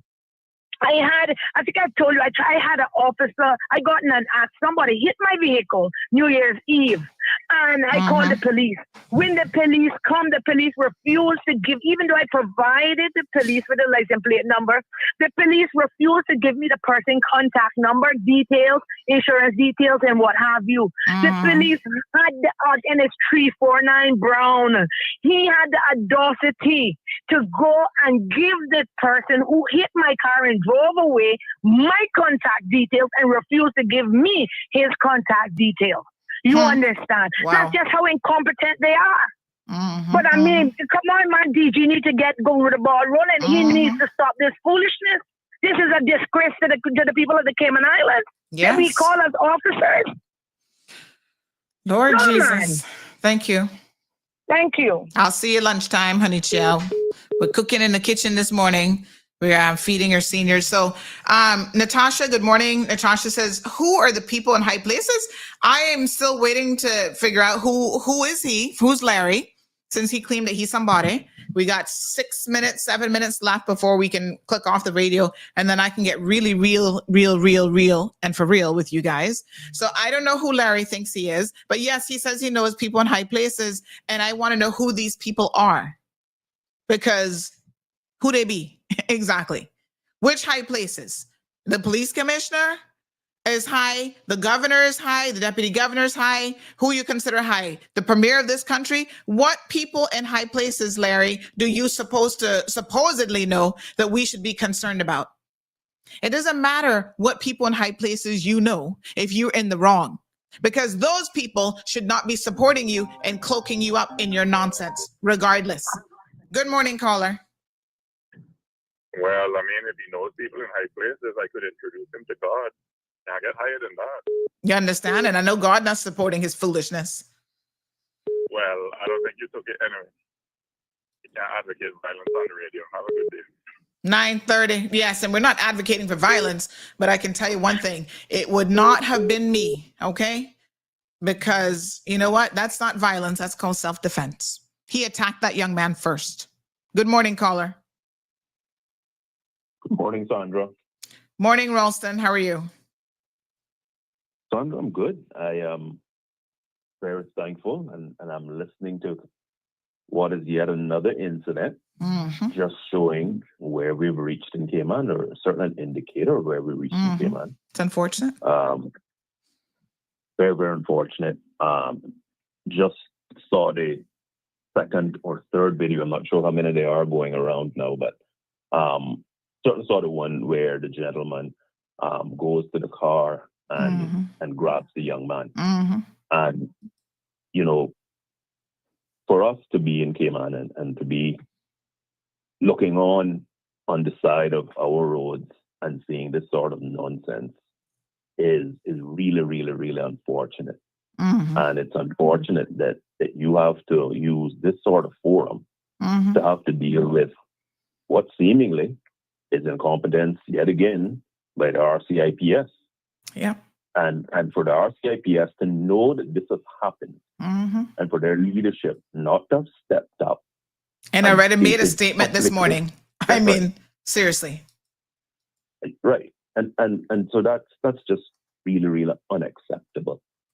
I mean, we live in a small island. We know this, and we know how quickly things can escalate in terms of getting around, and for them not to step up and say from their side, but silence is often very telling. And so that's where most of us are certainly left to wonder. But Sandra, I have listened on, and I was proud to be part of the demonstration a few weeks ago, because having lived and worked in the United States, and for us to see what happens in that country, and to see a lot of those same behaviors, now washing up on our shores, and that we must then sit back and be quiet. We must then sit back and say, well, we're not going to demonstrate and say what's wrong, because supposedly, according to some of the wannabe politicians, we're looking 15 minutes of fame in this sort of nonsense. But, you know, those youngsters themselves don't know what they're doing and what they're talking about, and show no leadership in this country. This young man needs to be given proper legal representation, because certainly from everything we've seen, there has to be a question as to why he was arrested at that scene. And we need to understand very clearly why the person that seems to be the aggressor in this instance was not arrested at the scene, because this is completely unacceptable. The public has a right to know. And, you know, I just say that at this point, obviously a lot of things are going to be extra heightened as we're in the, you know, we're very much getting into the election season. And I'm not calling in to try and take advantage of any election play. I have a daughter that's going to be 17 on April the 3rd. I have another one that's 20. I have one that's 23. These are young drivers on the road, right? Accidents happen. And so, you know, if older adults are not going to be able to control themselves when an accident happens, when an accident happens with a companion, and all of a sudden they then believe that they are here and privileged and are better than Caymanians. That's very, very worrying.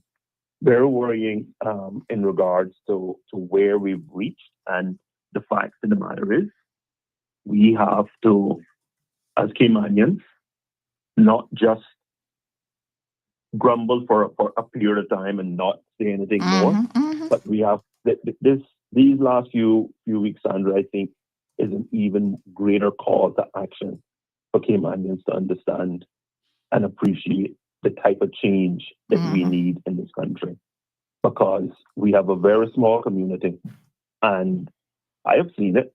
I go to restaurants. I see how Caymanians are treated versus other people. I see how I get treated versus other Caymanians that, let's just say, are darker skinned than me. I sit and I watch these things. This isn't some secret, and it's not a figment of my imagination. It is all about the fact that we allow people to come here, and here is what we do in Cayman. Here's how we're supposed to act and behave in Cayman, and hold people accountable to that sort of behavior, instead of just allowing everyone to come from everywhere, do as they please and as they see fit. We have to understand this is our Cayman Islands. 1 second for me, Ralston. I just want to bid adieu to our radio listeners. It's now 9:28, so I think their feed will be disconnecting here shortly. And then we're going to be on social, and I will play the unedited version of the video for everyone to hear, because there's a little bit of confusion. People are like, oh, he didn't say the N-word. He said brethren first. We're going to play the unedited version in just a second here. So radio listeners, you can continue to listen to the program. I can't go into too much overtime because I got to get in the kitchen. I got some mac and cheese that I need to go make. So, our seniors got lunch today. So radio folks, we'll see y'all tomorrow. Everybody else on social, we're going to go into a little bit of overtime. So thank you so much. Ralston, my apologies. No problem, Sandra. Listen, I'm going to come off there and listen and give others an opportunity to call in. Obviously, I'll be coming on your show, God's willing, tomorrow and talk about many other things. But I certainly believe that one of the first topics we're going to cover is immigration, and it's going to touch on these sorts of things and what we should be doing. Yep. Thank you so much. I'll come off there and listen. I appreciate it. Thank you. So one thing I do want to clarify, and a few of you have pointed it out, that it's not the deputy governor who's in charge of the police. It is the governor's office, the governor herself, actually, who is supposed to be in charge of the RCIPS. Kurt Walton is obviously head of the RCIPS. Good morning, caller. Good morning, Sandy. Morning, Mr. Lord have mercy. It is really sad what our island has become. Yes, Mr. Dexter. It's about us and them. It's about and they're the ones who are perpetrating that, unfortunately. Caymanians have been very accepting of people from every nationality and every race around the world. But when they come here and you see, listen, I don't like to call people racist. I don't like to imply that people are racist, but when you see this happening, explain to me what was the difference between the Caymanian 17-year-old and the old man who was at fault and practically dragged him out of his car trying to beat his ass. The only difference is one is white and ugly and wrinkly. The other one is a young Caymanian who is a Caymanian of color. That's the only difference. So why would the police come to the scene, take statements from people, and believe this idiot, almost 80 years old, geriatric raisin, over the young Caymanian guy? That is the very definition of racism, because it can't be because one was cursing more than the other one. It can't be that one was more violent than the other one. Larry should be arrested. And let me tell you something this morning, Mr. Dexter. Excuse me if you get offended by profanity, but I have to ask what the fuck is going on with RCIPS? Because they need to be more responsive. Kurt Walton would have seen this from when this went up yesterday evening. By early this morning, he should already have issued a statement saying that we apologize to the family of this young man for wrongfully arresting him. And the person who is now under arrest is Larry McGean. That is what he should have come on the fucking radio this morning, or issued a statement this morning and said to the people of this country. But Mr. Kurt Walton, I'm trying to give you the benefit of the doubt. And I'm trying to help you. But whoever is advising you on your strategy is giving you bad advice. I'm talking about anger in general. Here I am. Because nobody has ever been in the position that I have been, where I got to had such an anger and rage in me that I could just stick a knife in a human being and just watch him bleed for no apparent reason. That's how high that my anger was. And I thank God that I'm not that category anymore. People got to learn to control their anger. Is part of their emotions. How many times, I realize how stupid I was for even having thoughts, ugly thoughts, negative thoughts. I get up in the morning and I look at this beautiful sunrise. This morning I got up and I said to my wife, I want to show you something. I opened the front door. There was a beautiful sunrise. And she said, you're right. There's beautiful sunsets that we can look at.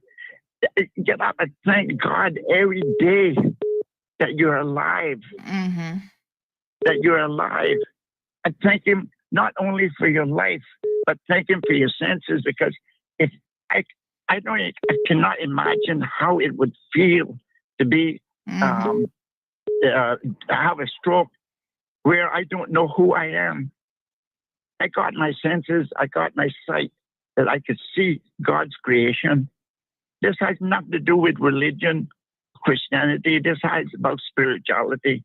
And if people do not try to find a way to control their anger, things are going, Sandy, it's going to explode.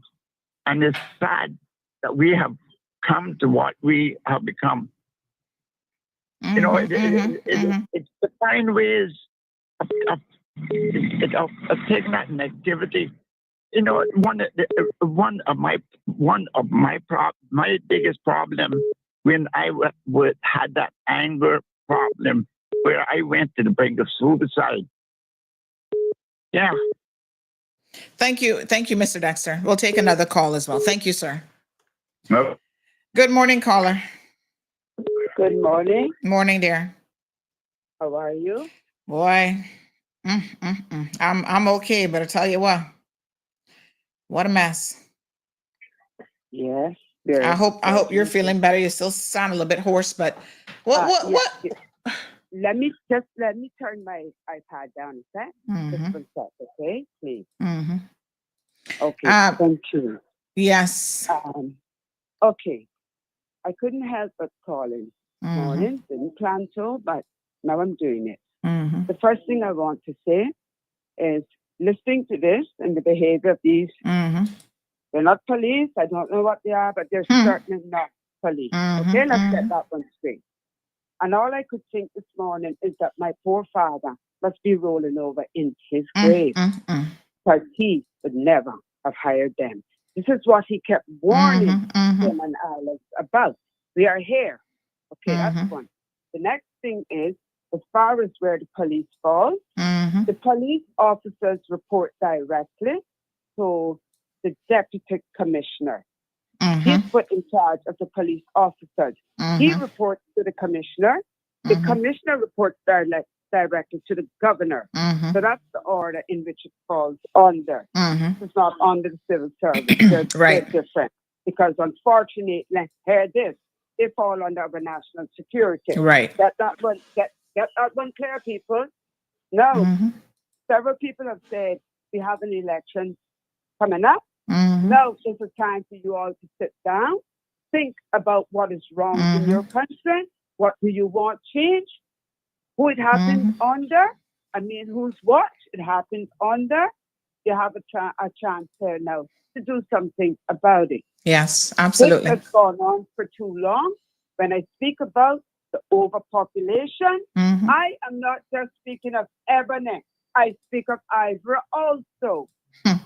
Too many of them have come here and they have been given this thought process somewhere along the way that they are entitled. The only way that they're entitled. That's what he said. He knows people in high places. I want to know who he knows. Yeah. So, well, you know what? So do we. We know people in high places. I'm sure every one of us does, even if we have to look upwards. Anyway, so he can go ahead about knowing people in high places. That's a threat right there. So when they're telling you things like that, especially those who are because if you're in the right, you don't need to know people in high places. It doesn't matter. But then you have so much injustice on the sideline. I'm saying to the Caymanians, those of us who are Caymanians, I'm not talking about these invaders, so that's what they are. Make sure you have the phone ready. You young people are quick with this. Turn it on so it can record. Yeah, and I'm going to give you a number of you asking for the dash cam info. I'm going to give you that info here in a second. I feel like I need to bring in a whole batch of those, my dear. Yeah. Oh, my God. Some of them might not, but at least they can turn their phone on record. Yes. And if video, then do a video. Yeah. Thank you so much. I just want to end by going back to this thing. We now, I heard one of your previous callers, a female, where she said that a lot of this happened under elected members. And she is so right. She deserves 1 million kabooms this morning. This is where it started. So guess what? Mm-hmm. Let us end it there. Mm-hmm. Mm-hmm. Let us take our country back. Mm-hmm. Let us show them that we've had enough. Mm-hmm. Okay? Let us take it back. Thank you. Sandra. I appreciate it. And a lot of people asking who were these police officers on the scene, and I too would like to know. So I tell you what, this is absolutely ridiculous. So this guy Larry McGean, he claims that he's a founder of Mavada, formerly LGM Infotech Pty Limited. It looks like he's actually in the economic zone. He's, I guess, got an office there, and that's how we're letting a lot of these undesirables in as well, because there's a different vetting process for people who are coming through the economic zone.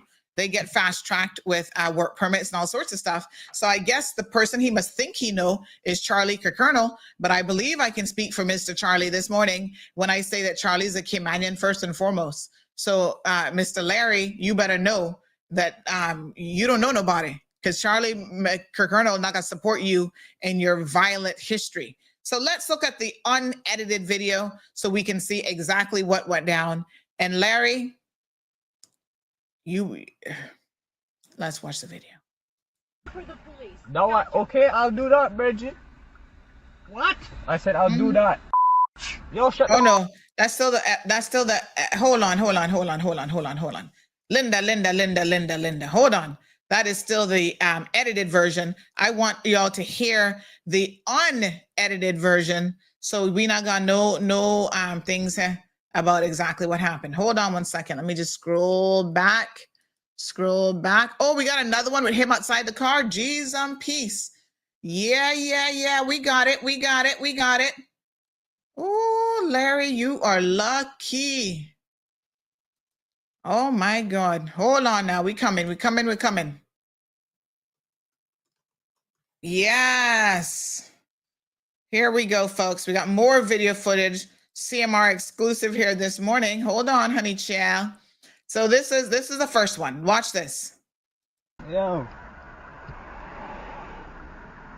So this one he gets stopped. The guy in front of him stops as well. You fucking asshole! You broke my foot. What the fuck is wrong with you? Yo, miss, relax. Yeah. Relax. John, bless you, asshole. Relax. Why did you have to pull right in front of me? Yo. Okay. All right. So we have multiple videos. So this one isn't the one that I thought I was going to show you. This is the one before the one that I'm going to show you. And we can clearly see this is how it all gets started. So this is when the young man first pulls over. All right. Who is cursing at him? It wasn't him. RCIPS, shame on you this morning. You should be apologizing to this young man. Oh my God. So this is the one before. Hold on now. I'm coming. So you can hear that she's the one who's being belligerent, the wife, Linda, right? Going on like a proper fool. And then she comes with her attitude, cursing at this young man first. Okay, let's listen again. Yo. 6:05. You fucking asshole! You broke my foot. What the fuck is wrong? You hear her? Yo. She walks up to him. Fucking asshole. This is the first thing she has to say coming out of her mouth. You fucking asshole! You broke my foot. What the fuck is wrong with you? Yo, miss, relax. Yeah. Relax. John, bless you, asshole. Relax. Why did you have to pull right in front of me? Yo, relax. Okay. Why? Yo, shut the fuck up. All right, so he was like, relax. He already had the wife cuss him out. He already have now the husband coming at him. All right, let's listen one more time. I don't want y'all to miss nothing. We got to get this story straight. You fucking asshole! You broke my foot. What the fuck is wrong with you? Yo, miss, relax. Yeah. John, bless you, asshole. Relax. Why did you have to pull right in front of me? Yo, relax. Because that's why? Yo, shut the fuck up, sir. All right, then it starts to escalate. This is the next one. Okay, I'll do that, Bridget. What? I said I'll do that. Yo, shut the you. No. Why am I still playing the edited version? Hold on, honey child. We not about no editing and no Facebook here now. Hold on. Let me get the unedited version for y'all. But this is not an unedited version. Hold on now. This is supposed to be unedited. Hold on, let me try it again. I'm probably just pulling in the wrong one because I got so many of them saved now. Hold on. Let me see. So this, I think, should be the unedited. I want to hear exactly what he says. Hold on.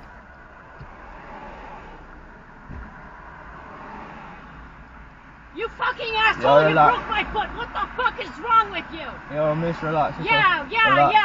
John, bless you, asshole! Relax. Why did you have to pull there right in front of me? Yo, what did she say? John, bless you, asshole! Why did you have to pull there right in front of me? Yo, relax. What did they say? Why? Yo, shut the fuck up.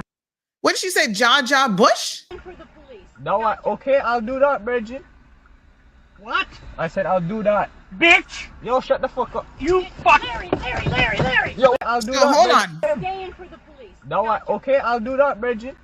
So that's what he says first. I'll do that, brethren.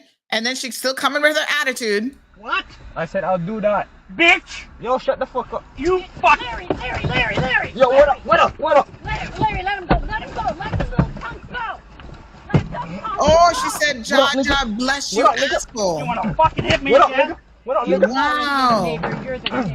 What up? Oh my God. Yo. Larry. Wow. Now look at this. Miss, I the witness and I was standing up by my yard. Miss, this man, I saw this little 17-year-old boy choke him up in a miss. And all right. So an eyewitness is talking to Jamaican officer, look like, I'm sorry to say.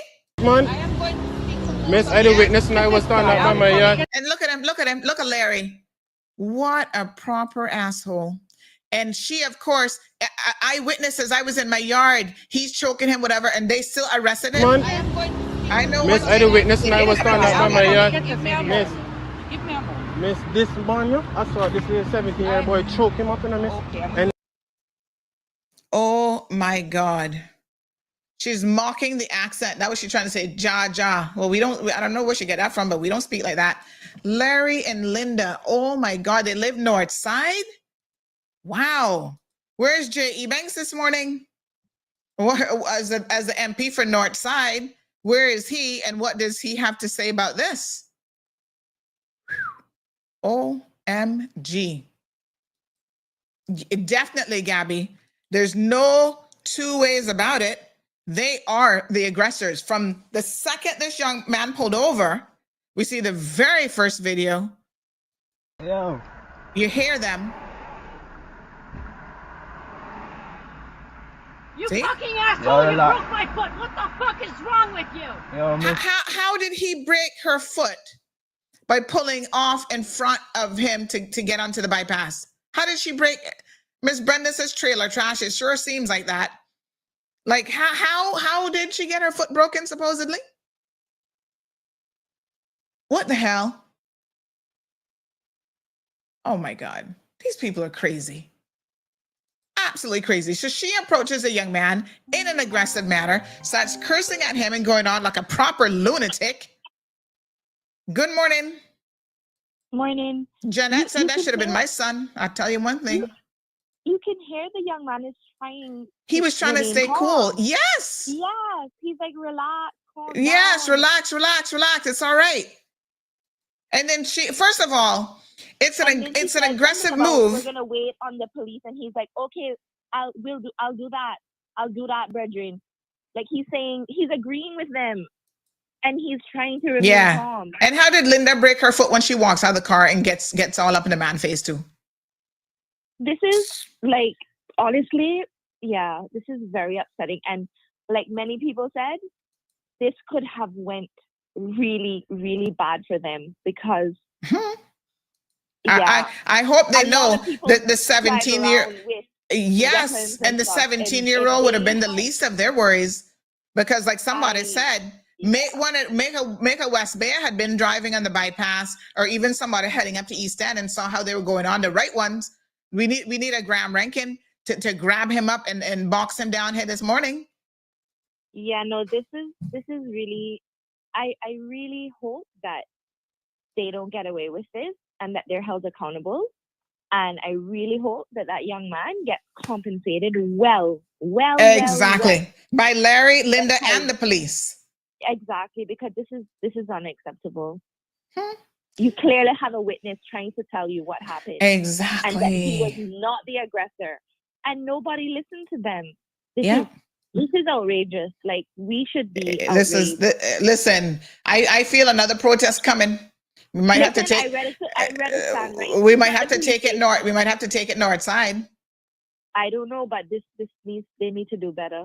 David said, I thought the Teslas had safety features that would step in before the driver. Listen, those Teslas have all kind of monitoring systems. He just upset because the guy pulled off in front of him, and this is how he reacted. And he had to jam brakes. He didn't hit the car. Yeah, the Tesla probably jammed the brakes for him, so he probably didn't even have to do that. Right, but what I'm saying is, like what someone said earlier. Listen to me. If I had that kind of rage every time someone pulled in front of me and I had to jam brake, no, that's not acceptable. That is not acceptable, and they should not get it. And then to open his car door and attack him and assault him. Yes, he better hand over the keys to that Tesla. If I was his parents, that is because he gonna pay more than that. That is criminal charges, and that is also a And so I'm waiting this morning. I can see how long it can take the RCIPS to issue a statement about how they're going to deal with their incompetent and prejudiced officers. First, they need to know the law. They need to know how to listen to eyewitnesses, how to take proper statements, right? Larry is the one who clearly should have been arrested, not this young man. And we need to now hear that Larry has been arrested for assault this morning. There's pictures of the officers too. Okay. There was like 4 officers on scene. Wow. And all of them got it wrong. Cayman Waste or Cayman, one of those. Amy asking when's the protest. Thank you, Amy. Right there. Thank you. Brenda, thank you, my love. Brenda said we should have an island. Miss Brenda says we should have an island-wide protest. And I completely agree. These people are completely out of order. We need Larry arrested here this morning. Simple as that. That was assault and battery. There's actually a difference, and they're both, quite frankly, criminal offenses. So let's ensure that they get arrested. Yes, sir.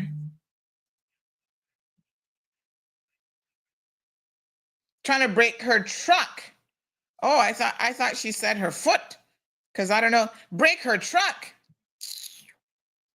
Listen to me. Thank you, caller. Somebody said they think she was saying you're trying to break my truck. Should have broken her fucking head is what should have been broken. Hold on, we got a caller, but I'm trying to get them on the line. Break her truck. She lucky. These people, I tell you. No, sir. Wow. Lord have mercy. Jesus, please take the wheel. You see, this is why people allow things to escalate. Because when they approach you like this, as you can see, initially the young man, he's only 17 years old. He's not no 80-year-old man that has a world of experience. So you could see how he was, initially trying to just remain calm. And then these people coming at him like this, I don't blame him for responding the way in which he did, because I can tell you, if that was me, I would have responded just like that with the same words, because once you get defensive, you're going to use your words. Good morning, caller. Good morning, Sonny. Honey Child. Honey Child, what's going on? Tell me. So the island just got black and had on the radio, but I can't get the sense of what's your phone? Why do I hear ringing in the background? I don't know. I don't know. Let me call you right back. Because I don't. Call me back. Yeah, because I'm not sure. Where's that ringing coming from?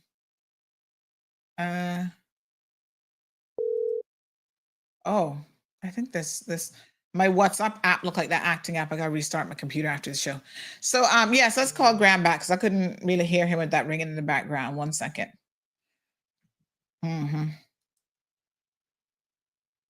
Someone said, I believe that opening the car door is also an additional offense. Should be. Honey Child. Yes, sir. Tell me. Yeah, I put on the radio when the Jamaica lady was on, and I thought the conversation, the dialogue was concerning a police officer doing something wrong. Yeah, well, they arrested the wrong person yesterday.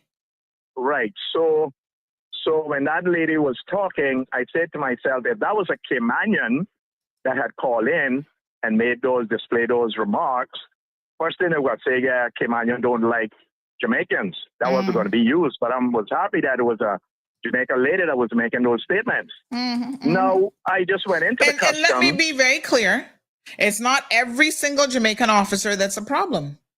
But we have far too many that don't seem to know the law. And I have seen this myself, and I've experienced this myself, where they come and they get it completely wrong. And Sandra, nothing ever seems to happen to them. I see them passing offenses on the road, and I wonder if they know the law. I wonder if they know the traffic law, because there's a lot of obstruction, even with lights.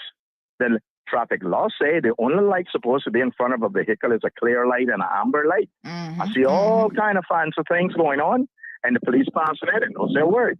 So I'm wondering, but that's not what I understand now, that it's a supposedly rich boy driving around in some Not a boy, almost 80-year-old geriatric fool.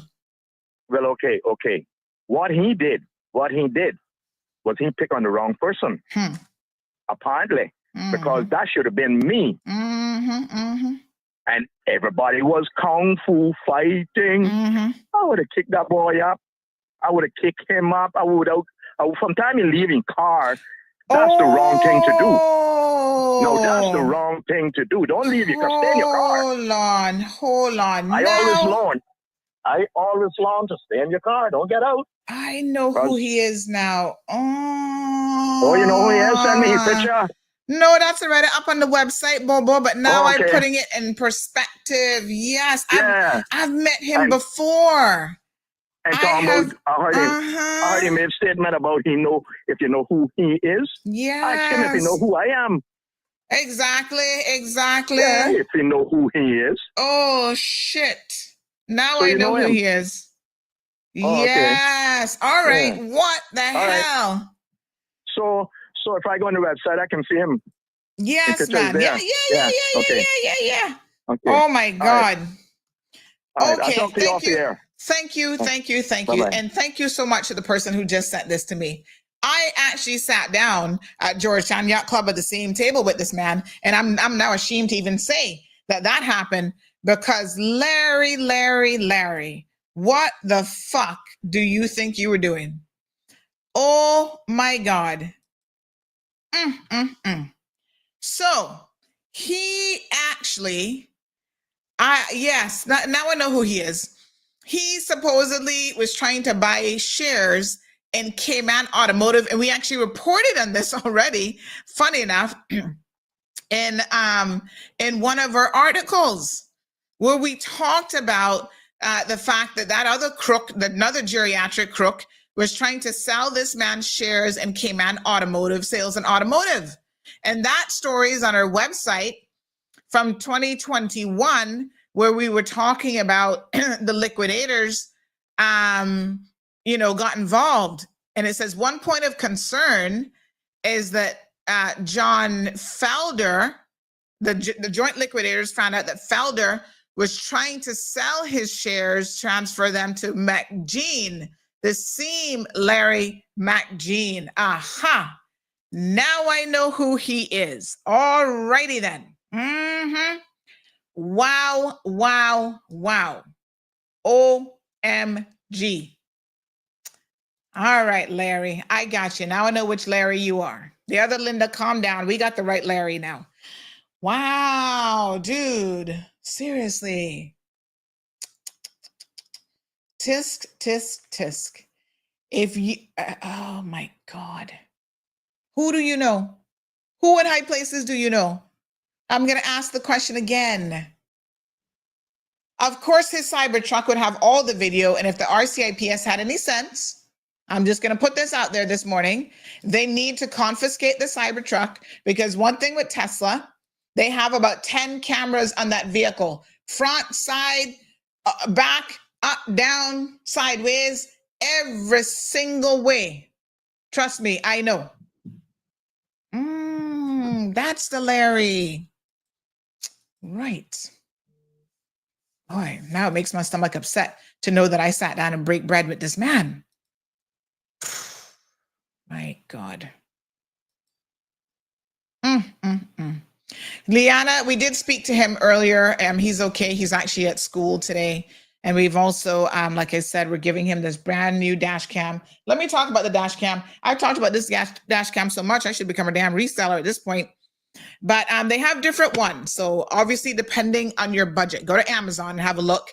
They oftentimes have them on sale. The one I get is the top of the line Nexus 4 Pro. They have the 5, but there's a reason why I decided to not go with the 5. I can't remember what the reason was, but there was a reason. So this one obviously has Wi-Fi capabilities, so you can download the images right onto your phone without taking out the card. If you're not that tech savvy, just get the other one that you take out the card. It's not that hard. You keep a memory card in it, and it records 3 cameras. You've got 4K HDR on the front. It's a Sony Starvis 2 HDR for wide viewing angle. It has voice control, so I can say, take picture, and it takes a picture. I even bought a little remote control for my car, because when someone pulls in front of me and I need a still photo, it has the shock sensor thing. So there's certain times when it senses something's going on, like if you stop suddenly or whatever, it's going to take a photo then, but I can manually get the add-on remote and take a picture whenever I want to as well. It's a phenomenal camera. Like I said, for the past couple of years, I've used this in my vehicle, 5 gigahertz Wi-Fi, app control, GPS logger. So it actually is tracking your, you on the GPS feature of it. So if something happens, motion detection, collision detection. So it'll start recording and taking pictures and stuff if there's a collision. And then it has a parking mode, which you do have to buy the additional piece for the parking mode. So when you're not in your vehicle, it is still recording around the vehicle when it senses movement and so on. So this is the one that I recommend. It's by a company called Vantru. Excellent product. I'll send you guys the link. And like I said, I'm always bringing them in. Like I always pick up one when I go away and bring it in, because, we were going to give this away the other day and I forgot to do it. And I'm glad I did, because it turns out this little young man here definitely needs his vehicle. I've got a professional installer. My guy, Kevin, does these. I always refer people to him. He does a good job. If I'm going to hand Kevin the Mercedes and make him pull it apart to put this in, you better believe it's because I know he not messed up anything. Everything is neat, and he puts the wires the way that they're supposed to go. So this is what you want. And he's figured out that the sticky thing on here with our Caribbean heat sometimes doesn't stick the best. So he does have additional adhesive that he will put on your camera to make sure this dash cam isn't coming off. So you see, this is the front, and then this is the one that he'll wire to go into the back. All right. So well worth the investment. Trust and believe me, because, we got enough fools out here on our roadways. So yeah, and Larry is a big guy. I mean, look at him. Miss, I did witness and I was standing up by my yard. Miss, look at how dismissive Larry is. I saw this little 17-year-old boy choking him in his little geriatric looking knees. Oh my God. Wow. Johan, I wish they would try and call me or say anything to me this morning. Listen, we don't advocate violence against anyone, and I'm certainly not advocating violence. All I can tell you is that people like Larry, right, is what makes good, sensible, right-thinking adults lose their mind and knock him and his wife out. Linda and Larry would have gotten their heads knocked together. And Linda, not for nothing, but Linda is the one who kicked this off and got all aggressive, and then has the audacity to try I'll do that, Bridget. What? I said I'll do that. Bitch! Yo, shut the fuck up. You fuck! Larry! Yo, what up? Larry, let him go! Let him go! Punk, go! Let him go! You see? What up, nigga? You wanna fucking hit me again? What up, You nigga? calling him nigger, you're the nigger. What up? You calling him nigger, you're the nigger. No, bitch, you're the nigger. You really are a nigger. Nigger is not black or white. It's the attitude that you bring. And Linda, I'm sorry, but the N-word, yeah, you the nigger, not him. So you something else. Oh my God. Unbelievable. Listen, we could go longer, but I got some cooking to do. I need to go do my mac and cheese. I need to see what's going on with my brownies. We're trying to, support Miss Romelia and her K-Mankind Action Committee. They do a wonderful job with our Georgetown seniors. And so on behalf of CMR, I've committed once a month to ensuring that they are getting a nice home-cooked meal. We're all up in the kitchen. We got plantains. What's on the menu again? We're doing 2 types of rice and beans and white rice. Oh yes, here's the menu. Big shout out to Miss Stacy. She's hard in the kitchen now, getting her rice and beans sorted out and the white rice. We're doing some chicken. So we're doing stewed chicken. We're doing some nice fish in case people want a healthier option. We got veggies going on. We're going to do salads, mac and cheese, brownies, rice and beans. We've got another young lady who's donating some banana bread and papaya heavy cake. I might have to try some of that. And of course, the potato salads. Everybody going to be eating real good today. And I want to thank all the seniors who are going to be there. And really and truly, we're going to have some fellowship and play a little game of dominoes. They'll probably give me another 6 love, but it's all right. It's all right. So let me just say, yeah, eyes, I see you. I hear you. Trust me, I know. Let me just say that I think we do need to hold another protest because you see, then they're going to start crying and pretend with their crocodile tears. The RCIPS, this is my final position on this. They need to arrest Larry. They need to issue his mugshot with a statement that Larry has been arrested for assault and battery here today, and his wife for battery, okay? Because her words amount to battery. She was the aggressor. They need to issue a public apology, and I want to see it in video format where the commissioner gets up and records a video and says, we're very, very sorry to this young 17-year-old Caymanian boy who we were, who we wrongfully arrested, and we will be making some sort of compensation to his family.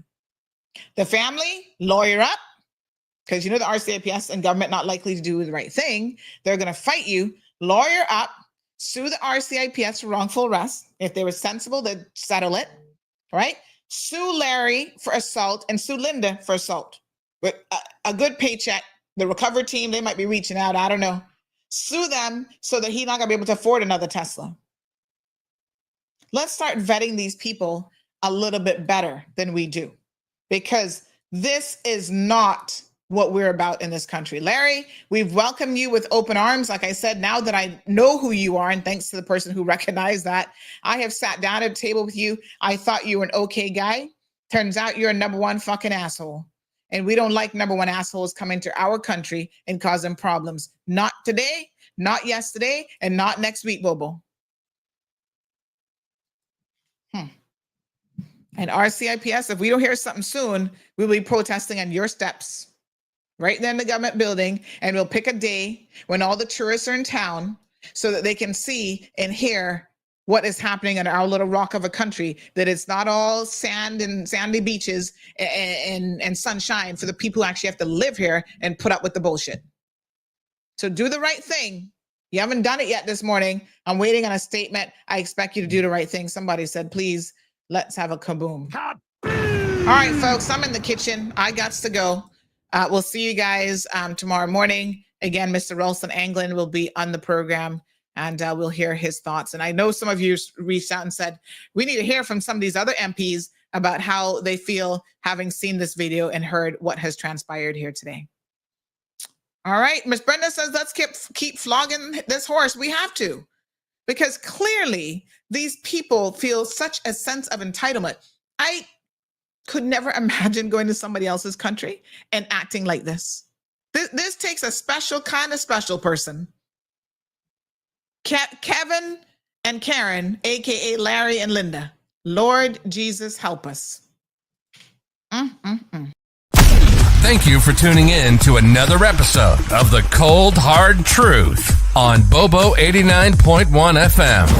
Cayman's #1 talk show is live weekdays from 7:30 a.m. Never miss an episode again. Watch anytime on CMR's Facebook and YouTube channels for the latest show episodes. Don't forget to follow us online on our social media channels. And visit CaymanMarlRoad.com for all the latest news and community happenings.